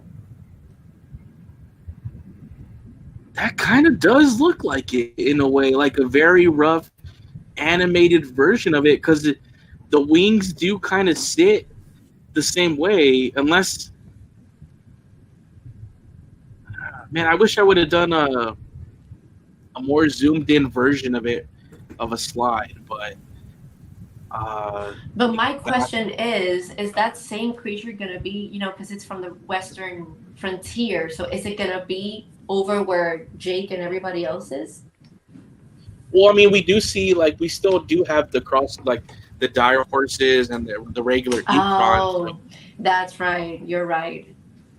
So there maybe are just some creatures that do just populate all of Pandora, and that was something I was going to get into right after the art when we start touching on the DLCs and the potential, where I was going to say, like, if they do introduce an ocean region, which I'm assuming has to be in the cards. I mean, so many years of the movie team working on the ocean biome. I'm sure that cross-pollinated with the video game one, and I assume one of those two has to be an ocean, especially because I'm not going to say it's confirmed, but the concept artist of the Skimwing did get asked on Twitter, or somebody made a comment on Twitter of, oh man, I would love for the Skimwing to be in Frontiers of Pandora. It would work very well in terms of like gameplay. And he replied with the zipped lips emoji. And now knowing that he did work on this game, because when they finally did give us, that was before we even got the Ubisoft Forward. When we did get Ubisoft Forward, he said, oh, I'm glad you guys got to see some of the creatures, I helped design for the game in these trailers. With the zip lip emoji, when it comes to this Skimwing, and now I know he worked on the game, I'm pretty sure that almost confirms that the Skimwing is going to be in the game at some point. It could just be me, Mr. Tinfoil Hat Jerry. I don't know if you can. A confirmation. The emoji, definitely. Let me go back to the art on this one because it kind of does look like it, but at the same time, it could be that's not it, actually. Yeah, it could just be a banshee. Same creature. Hmm. Because how the wings of the Ikran is when they're perched and the tips, and you got the three sections, but this has the sections pointed down. I don't know. To me, that just looks like an Ikran, but it's honestly very hard to tell because. Like an Ikran. Yeah, you're right. You're right. Sorry, it's hard to tell. He could. We don't know. Experts. Is that Spider and prison gear back there, or yeah. I guess we could touch on this. We got Spider there, and Jake, and then what? To me, I'm gonna say it's Neytiri. It looks like Neytiri to me, just with some paint. Some people are saying like Varang, or Varang. I don't know how you say the name yet. Yeah, I think it's Neytiri because of the accessories. So. Yeah, the wristband that she has. But then you can also see a person behind Jake. I'm not sure if maybe that's Norm. Yeah. Kind of looks like Norm. Oh yeah, that looks like what's his name? The friend of Norm in the first movie. The Max? Other scientist. Max. Max. Yes, that looked kind of like Max to me, no? A little bit, the curly black hair at the top. Yeah, but I could be wrong. We're all just seeing all kinds of stuff. It's kind of like an ink block test at this point. Like, what do you see? I don't know. The harder I look at it, the worse it all looks to me. Like, I can't tell what anything is, but at just a glance, I think that's Neytiri. I think that's a little Spider with prison gear on. Oh god. All right, and then, but yeah, so I thought that art was really cool, and then we get some cool environment ones. So we get another shot of um this cool one of some bioluminescence at night. Looks pretty cool. Then we get some Navi one, some Navi key art right here. These are all so beautiful. Oh my god, that's gorgeous. Like, look at that. That looks amazing. Like, what would you Wow. say? What clan this is? The first clan, the Weavers, right? Yeah, they look I like would I would it. think so. Yeah, Wow, and especially I the type love of the environment they're clothing. in, the trees and everything. Yeah, it's so cool. Look at That's this little Which thing I in the beautiful. foreground, all blurry. which I believe that was the Aranahe, right? Yeah. Yep, Aranahe clan. Yep, you're right. The weavers? Hmm. Yeah, the Weavers, the Aranahe. Oh Yeah, yeah. The peaceful weavers. They do remind me a lot of the Amaticaya in a lot of ways. The forest, the fact that they're yeah, the ones that teach you how to ride the banshee. They're weavers. Then the Amaticaya do also weave, even though that's not their main focus, but they are also famous for their weaving. yeah. Plus, you've got the floating mountains. We can go to, like you said, go to the Rookery and get our Banshee. Exactly. And I'm just loving how colorful the clothing is. I do too. Yeah. Really, So really awesome. yeah. So they're kind of like weaving there and also doing laundry, maybe something like It looks that. that way. Our side quest, help that NPC right there with their damn laundry, please. I would Yeah, definitely do that. I would love to do I that. would too. right. That's horrible. I would too. I kind of hope they get. I mean, they probably won't do it. It pretty already seems pretty relaxed as it is. But in the recent Assassin's Creed games that were also Ubisoft, you had the main game, but then they would come out with people that maybe play them just for the environment, like the one that in Egypt or this one's in ancient Greece.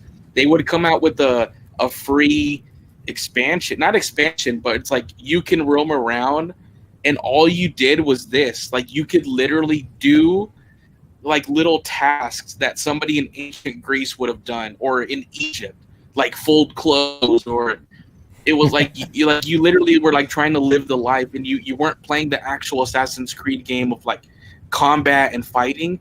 It was just being able to roam around in the map that they created, but doing the stuff that people there were doing, and it was educational.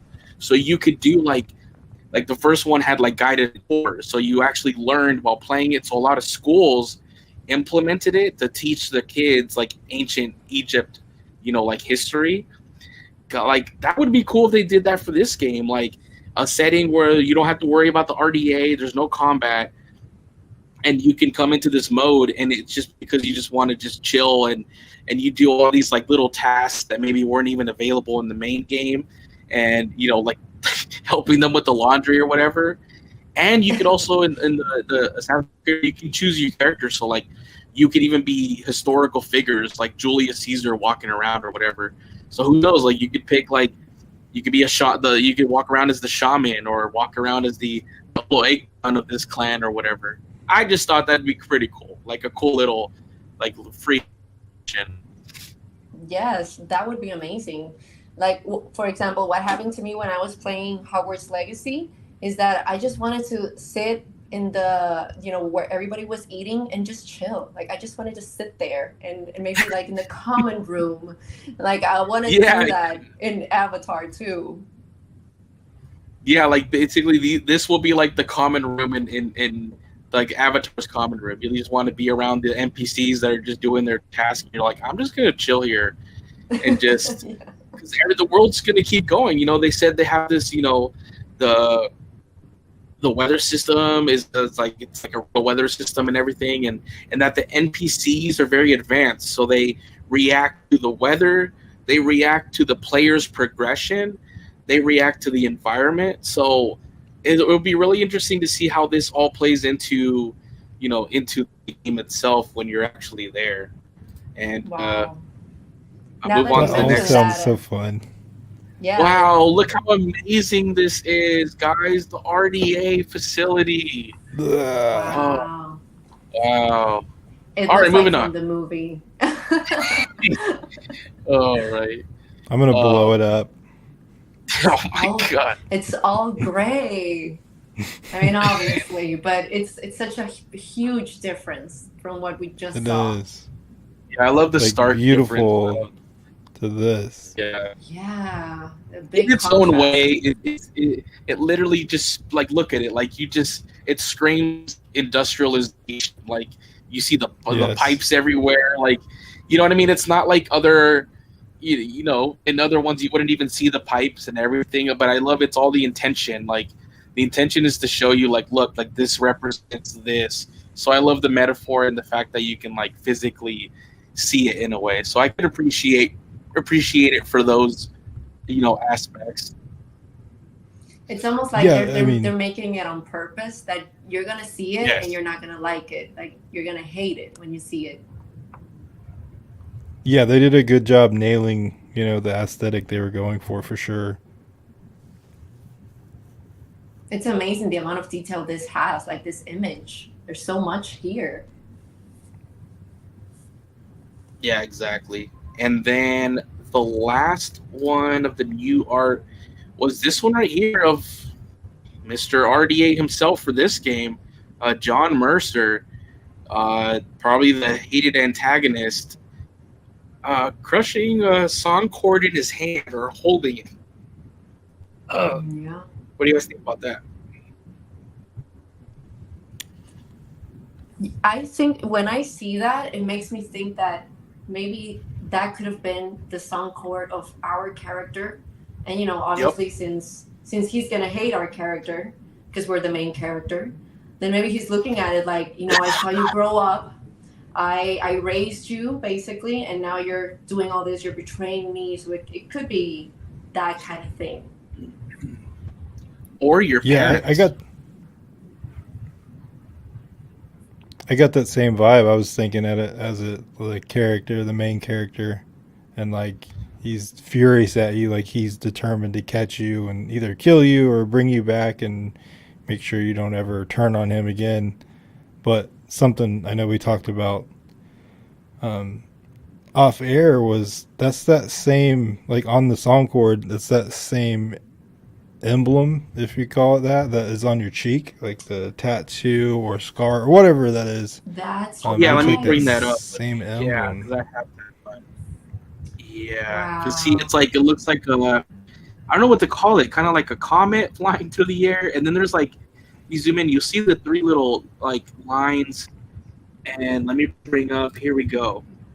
You see it also in the back of the logo during one of the trailers at the end when they put the logo on the screen. You see it, and your character is gonna have it right there under their left eye all the time. So I'm like, is it a scar? Is it a brand? Does it represent? But now that it's on the song chord, it obviously represents, something Navi. And I was telling Drew that maybe it represents like the tribe that she actually got stolen from, or the tribe that she comes from. You know? Yeah, it makes sense. It makes Or sense. your character comes from, male, female, whatever. But the tribe your character comes from. But yeah, so that's I hadn't noticed that before, and then I finally like was watching the trailer over and over, and I was like, oh, they have this mark on their face, because I know you can put body paint, but like this shot right here specifically is when you're finally emerging, when they're saying you finally emerge 15 years later. Like any other body paint would have kind of like disappeared after 15 years. So see, this is more like some kind of scarred, like a brand or something, or maybe you a certain I don't know, Navi tattoo in a way, It could just be not like even the that type. that they were like branded maybe when they were younger, when they were taking in, and that's like their symbol. Like let's say that each of the Navi kids that got kidnapped has a specific symbol branded into them. Yeah, Yeah, I could But yeah, it definitely was. see something like that. Let me put it back to the John Mercer. But yeah, just already hate this guy right off the bat. Drew said it best off air. He was like, "I put an arrow through his dough." So yeah, they already make me want I'm to, coming for you. yeah, you already kind of hate this guy already. So especially with this image here. So I was also quickly thinking, I was like, because it's a song chord and it looks like a pretty long one, if they take you as a child, you wouldn't really have a fully developed song chord. It would have barely been started. Maybe this one belonged to one of your parents, unless this kind of represents the one that you build now as your character and is just supposed to represent, like, him, like you and him wanting to crush you. But if we take it literal, I would say maybe more of an adult song chord. So it might represent the parents that they may build to get you from, so it can be even darker, I guess. Yeah, it'll definitely be interesting to see. And I don't know if you have a slide for it. I'm going to assume you do, but I know you had another theory about possibly what the name of the clan could be that we come from. Yeah. In this Yeah. game.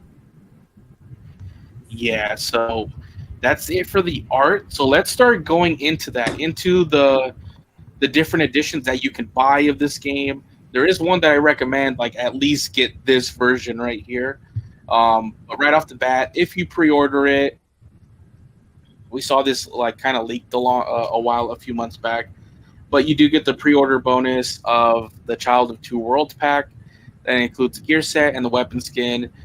And yeah, you can kind of see like some of that outfit kind of includes like, military style, like one of the pauldrons on the right side has kind of like the camouflage on that pauldron right there. And then the gun has the branding of the program that your character apparently was a part of as a child, the TAP, which I guess is the ambassador program.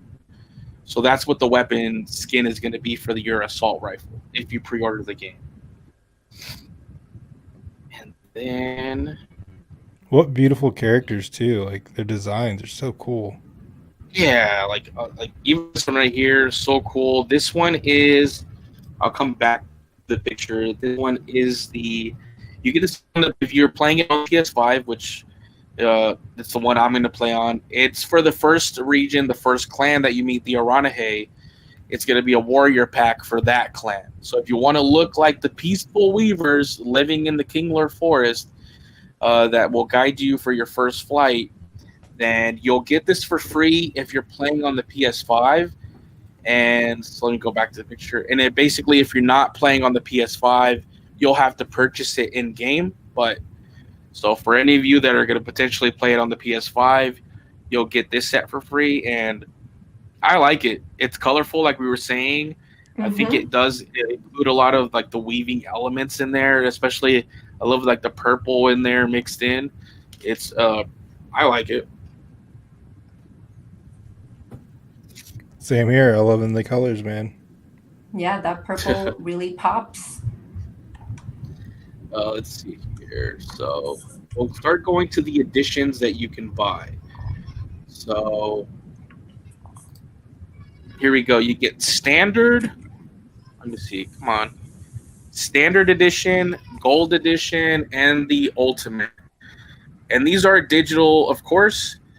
And with the standard, you'll get the base game and you'll get that pre-order. You'll get that with all of the editions. The gold, what that one adds is the season pass. And then with the ultimate, it'll add also an ultimate pack and a digital collectible. I was telling Drew, I at least will tell everybody to at least get the gold because of the season pass. What do you guys? Ultimate for me. I did see that GameStop has a gold edition that comes in a steelbook. I thought that was kind of cool. Yeah, I'm going with the ultimate too. I already pre-ordered it. The ultimate, yes. Yes. I remember you showing that picture. Yeah, of course. I mean, I couldn't get anything less than that. I have to have it all. Need everything for this game. Definitely. Exactly. For the people wondering, the season pass in this picture, it tells us it'll have a bonus mission. You'll have a resistance banshee mount and a resistance equipment pack. And then, but the main thing is with the season pass, you get 2 future story DLCs. We don't know what they consist yet. Like, is it just story or is it going to also introduce new regions, new clans? Which I assume that's going to be the case. So it's an added $40 value on top of the standard. So at least get that just to make sure you get all of the story, all of the regions. But obviously, I mean, for most of us, it's going to be that ultimate edition where you get that plus the ultimate pack of the cosmetics. And this is where what Drew was hinting at before when we were talking about your character's clan. It says here, let me see if I'm reading it right. The Sorrentu Heritage Pack, Cosmetic Pack, and the Sorrentu Hunter Equipment Pack. Sorrentu, at quick glance, I thought this was just going to be one of the 3 clans that we met, or that we saw in the trailers and got the information of. But it's actually not. And with it saying Heritage, I told Drew, what if this is the clan that your character actually comes from, or you'll discover, this is your clan. So that was my idea. What do you guys think? It definitely sounds like it. It does. Yeah, solid theory for sure, especially calling it a heritage pack. I think that's a very good thought. And actually, now looking at it, it's not one of the 3 clans that they named through the trailers. So, where does that word come from? Who is that? Exactly. It makes me kind of think that could it be that all the kidnapped Navi come from that clan and then they were like exterminated and that's why they don't show up in the game? Absolutely. I think that's a good idea. Yeah. I mean, a good thought. That would be so sad. Look at that second set, guys. It says, and from everything they're saying... Oh, sorry. Go ahead, bud. Oh, just right there in the Hunter pack, you get 1 unique weapon. So this is not like just a cosmetic for your typical weapons. This will actually give you a weapon that you're probably not going to get otherwise. So now that's also very interesting. I hadn't seen that before. Sorry to interrupt, man. No, that's all right. That is interesting. A good point. I mean, I know I've read through all these, but that didn't even dawn on me.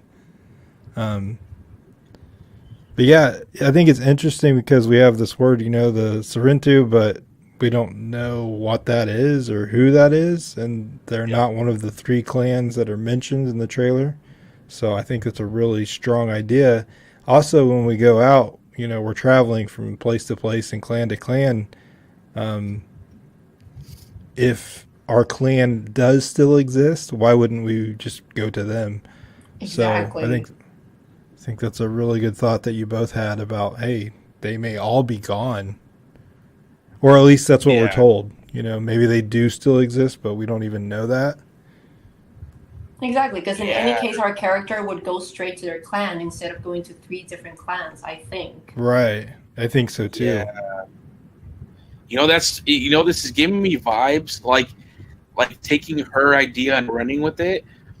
This gives me vibes of, I don't know if you guys played it or heard of it, the recently Ghost of Tsushima, the open world game set Japan.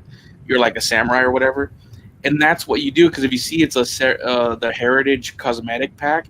You're basically gonna wear, like you said, what if they're gone, like they don't even exist anymore, but you're the one carrying still the heritage, on your clothes, like you're representing it even if it's gone.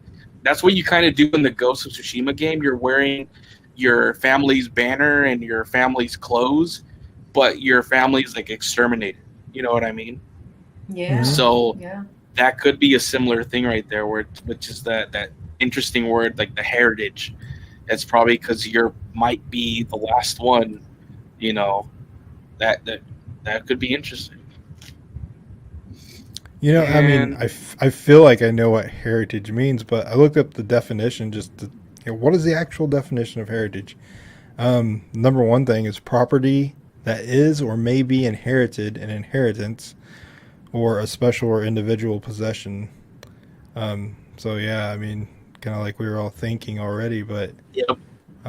It makes sense. yeah, you're Yep. getting actual stuff from your clan, from your parents, possibly.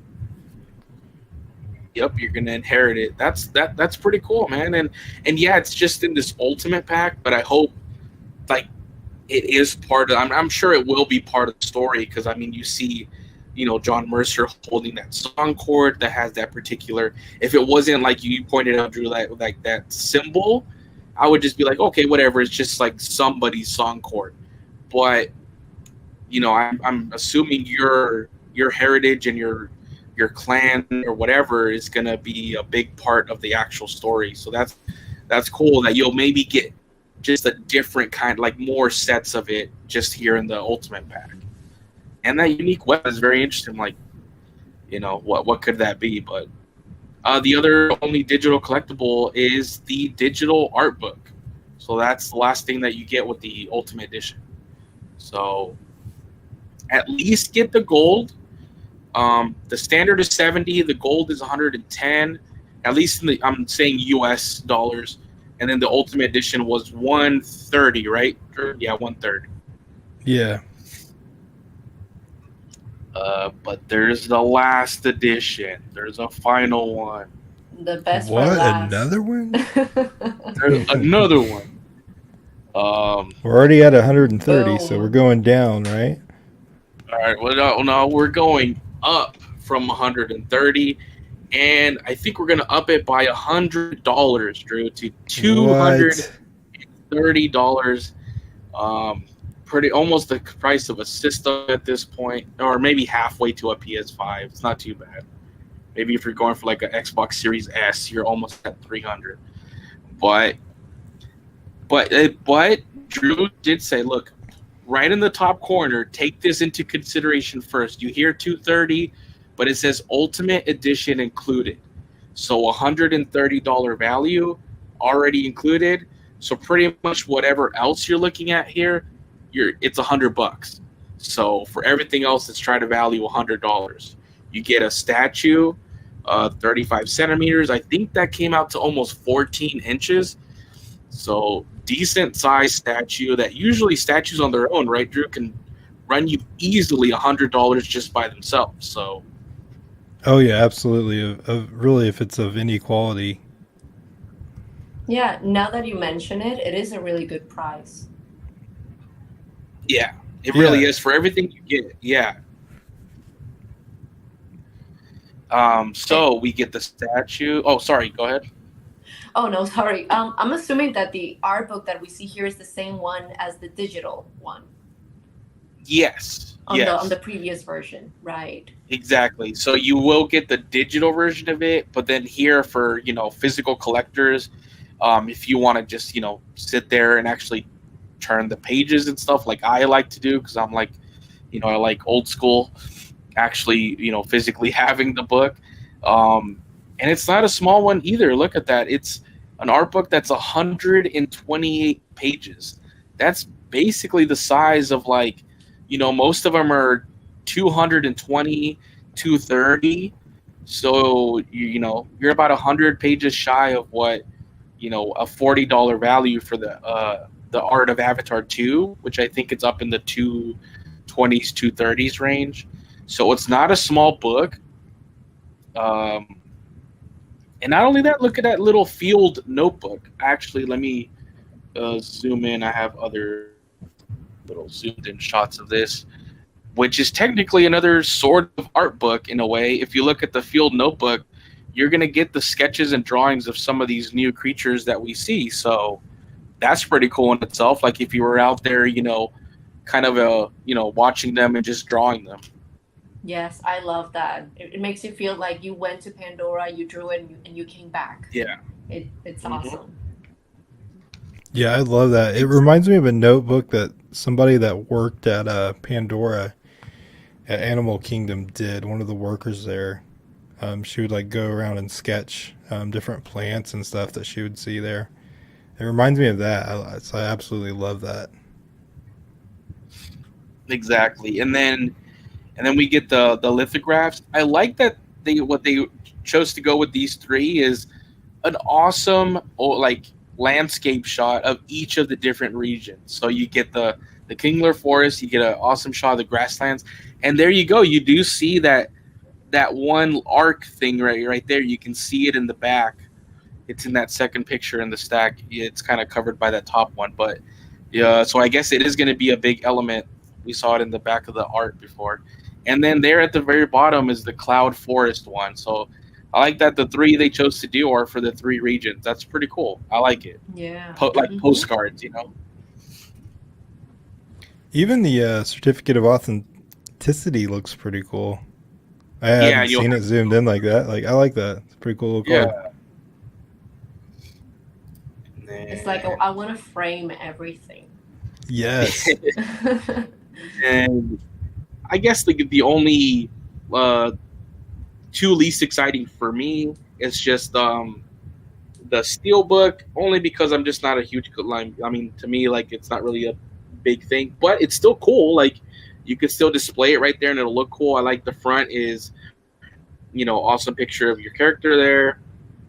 Nighttime with the banshees flying in the background, and then the RDA represents, it's on the backside represented by the amp suit right there. So that does look cool. It's a cool shot, intimidating amp suit. So it is pretty cool. And then you get the blueprints of the amp suit. I guess that's the least exciting of the bunch, but everything else is like really, really good.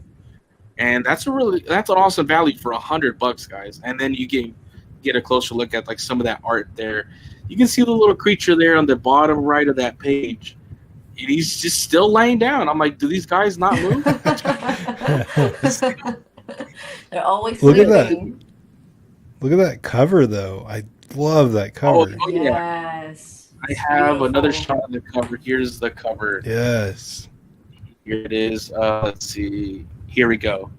Wow. 3 of the Na'vi, riding their banshee. Like, I mean, yeah, you got to take one of those out, but that could be you and your friend right there. Like, you guys are just soaring over Pandora like that. Except here, there's 3. I mean, that's still an awesome shot. I'm just so excited. It's more tangible than ever, especially when you start seeing like the editions, the collector's editions, and if you live in the U.S., GameStop has them. So, go online and try to grab them, or go in store and try to pre-order one if you can afford it. I think they could do where you set a deposit. I'm not sure if GameStop still does that in person, still, but yeah, this edition is going to be the one for me. Let me go back to the. Oh wait, I got a closer on the statue, which I also love. I think the statue is so cool. Yes, it's epic. I love how she's in action, like she's in her action pose. Yeah, I agree. Cool. That's like $100 value just on that alone. Yeah, and it's a good size. Like it's not small. Yeah, 14 nothing wrong with centimeters. It's sure. A little over a foot, so that's pretty good. And you have a decent shelf. It's gonna look nice on that shelf. A good display right there. I mean, it's not a big deal that she's shooting right-handed. No worries. Very accurate. I'm hoping that was just a mistake that they'll fix. So. You got to think everybody makes that mistake. Yep. Yeah, I'm with. I feel like that's a mistake that almost everybody makes when they do Avatar figures. They get the hands wrong. Yeah, it's so natural to do it the other way. But at least they did, the position of the hand is correct. It's outside, the palm is facing outside. So at least that. Yeah, they could just flip that file or whatever, and I think everything would be good. Yeah. But yeah, there's one thing I'll say is, just so everybody's aware, this was something I pre-ordered. What was it, Thursday maybe? And then today I got an email just saying that it had been canceled, that I canceled it actually, and I didn't, but then when I called customer service, Best Buy, or not Best Buy, GameStop said that they were out of stock.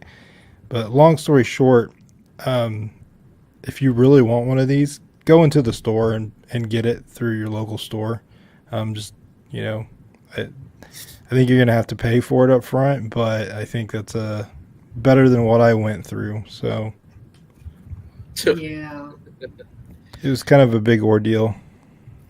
Since the beginning, since we try to buy it, it's been an ordeal. It really has, creating multiple accounts and My God, calling customer service, it's been an adventure.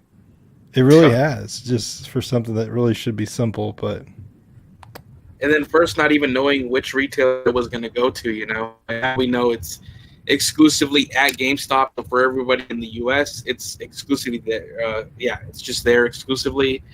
But yeah, so hopefully you guys could, or who can afford it, can get your hands on one. I can't wait to get it in December. And honestly, it'll be like my own Christmas present. So there you go. That'll be my favorite Christmas present in a way in December. So and my biggest complaint is, what are we going to do with all this stuff? We're going to have this game to play. When am I going to have time to read or look at the art book? I know. I'm It's gonna gonna want be it there hard. later for research. You're gonna want to research more of, like, you know, see more of the outfits of these clans, or you see more of the art of them, and it'll be cool. It'll be cool. And So I even the can't wait. box, even the box is beautiful. Like, I don't want to throw away that box either. No, Oh yeah, they're definitely. collectible. It's collector's packaging. So please don't throw it away. It's the first highlight. It's the collector's packaging. Like, the box?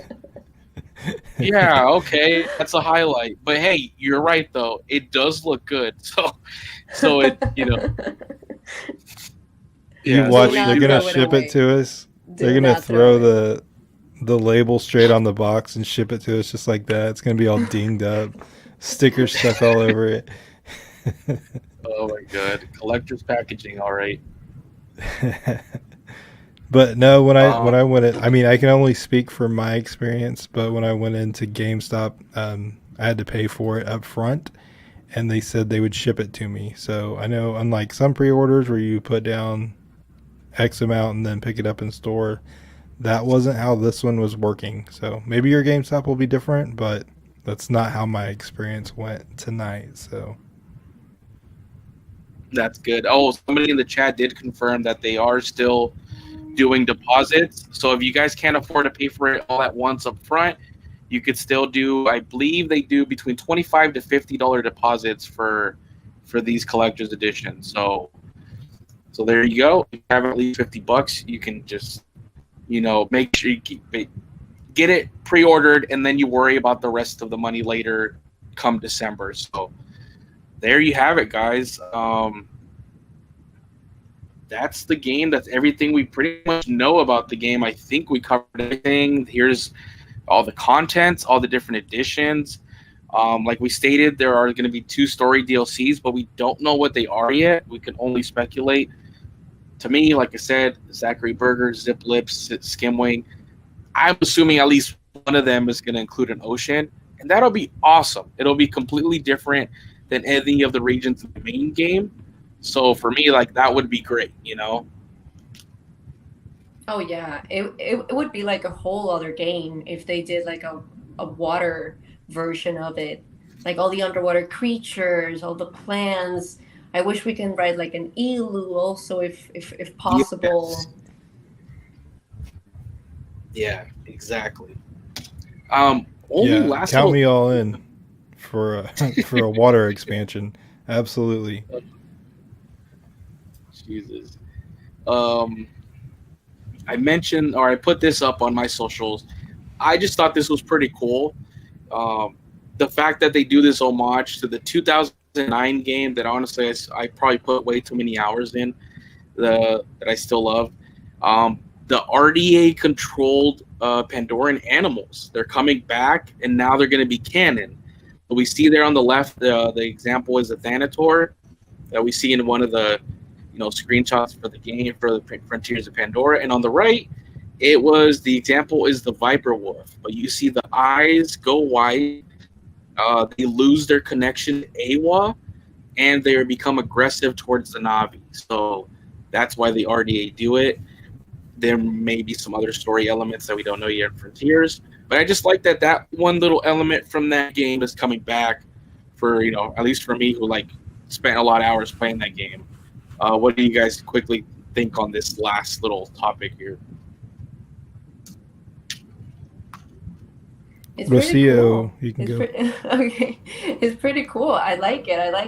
It also helps with the fact that you're not just fighting with humans, but you can also fight maybe some of the animals. So I like that they integrated both sides.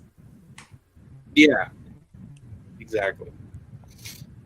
Same here, and I think when they were kind of showing this, a different animal, a different aspect, but I think that's also going to be part of getting the RDA out of your area is freeing these animals from these contraptions. So, I look forward to helping them out or whatever we need to do. Yeah, that's right. There's a scene in the trailer where you like pull something out of an animal that maybe was controlling it. Yeah, I think out of a stern beast, maybe. I can't remember. Something like that, yes. Yeah. Mm-hmm. But I got the feeling maybe that's what we'd be doing for the Stanator as well. Yeah, if you look at the back, it kind of looks like it has those two things stuck in it. Yeah. So, helping the animals and ridding the area of the RDA. Sounds like a win-win to me. Yeah, perfect world. But there we go, guys. An over 2-hour stream. And honestly, it flew by. I didn't even notice that it was over 2 hours. Sorry for keeping you guys this long, but thank you for holding in with us, and hopefully you gained some, value out of today's episode, some information that maybe you didn't know, or at least enjoyed chatting, Avatar with each other and with us. So, but yeah, I think that is it. Drew or Rocio, is there anything? I'll start with Drew. Is there anything you want to cover before we go? Any last comments? I just want to say thanks to everybody in the chat. I mean, I saw a bunch of people in here at one point. We haven't podcasted in quite a while, so it was really cool seeing old faces and new ones. And thank you to Jerry, as always, for putting in all the work to make this podcast happen. And thank you, Rocio, for joining us. You fit in flawlessly. It's been a blast talking to you. So glad to see you here with us. Yay. Yeah, thank you so much for joining us. It's been great. This was a great chat. I loved it. And a lot of people in the chat as well are saying it was a great stream. So thank you guys so much. And you guys are always amazing to talk to. So it's the funnest part. It was just, interacting with you guys and seeing what you guys have to say. But guys, also give some love to Rocio in the chat. And of course on Instagram, find her under Avatar Latino. She shares a lot of the news and everything in Spanish, obviously, but I mean, still show some love to her, even if you don't speak Spanish. Thank you, guys. Thank you. I also want to say thank you to everybody that came to the live. We really appreciate it, and all the comments. Thank you so much, and thank to both of you, Jerry and Drew, for inviting me. It was so much fun. I just love, obviously, talking Avatar, and this is the first time I can actually do it for such a long time with two people. So thank you so much. It was an amazing experience. Glad to see you here for sure. Yeah, for sure. It was an awesome episode to come back after such a long time and have you on the ride with us. Talking all this amazing news. It was awesome to just have all this great news to talk about. So yeah, guys, I think this will wrap it up from us today. We will let you know when the next one will happen. Could be next Friday, and I will have to talk to Drew. But thank you for joining us. We do them. It's cool that we could, I know it had been a long time, not be that long going forward, because I am, really excited. And now we're going to work towards the lead up to Frontiers. So who knows? It go back to just being every week on Friday, just like it is right now. So hopefully we can do some of the thoughts we had before. Maybe start running through the comics again from the very beginning, because we only covered the high ground here, but we haven't, read the other ones live with you guys. So that could be pretty fun. And obviously, all the news is going to come from this game, Avatar 3, even though it got delayed. But yeah, it should still be a fun ride. Thank you, Drew. Thank you, Rocio, for joining me today. And any final parting words? For me, it'll be thank you to everybody in the chat, and goodbye. See you guys. For me, it would be Wengati Kameye, everybody. For me, it would be I hope Spider dies in Avatar 3. Good night, everybody. Oh, all right, Randy. Don't It's take so him. bad. No, don't listen to him. Inside joke. I'm just kidding.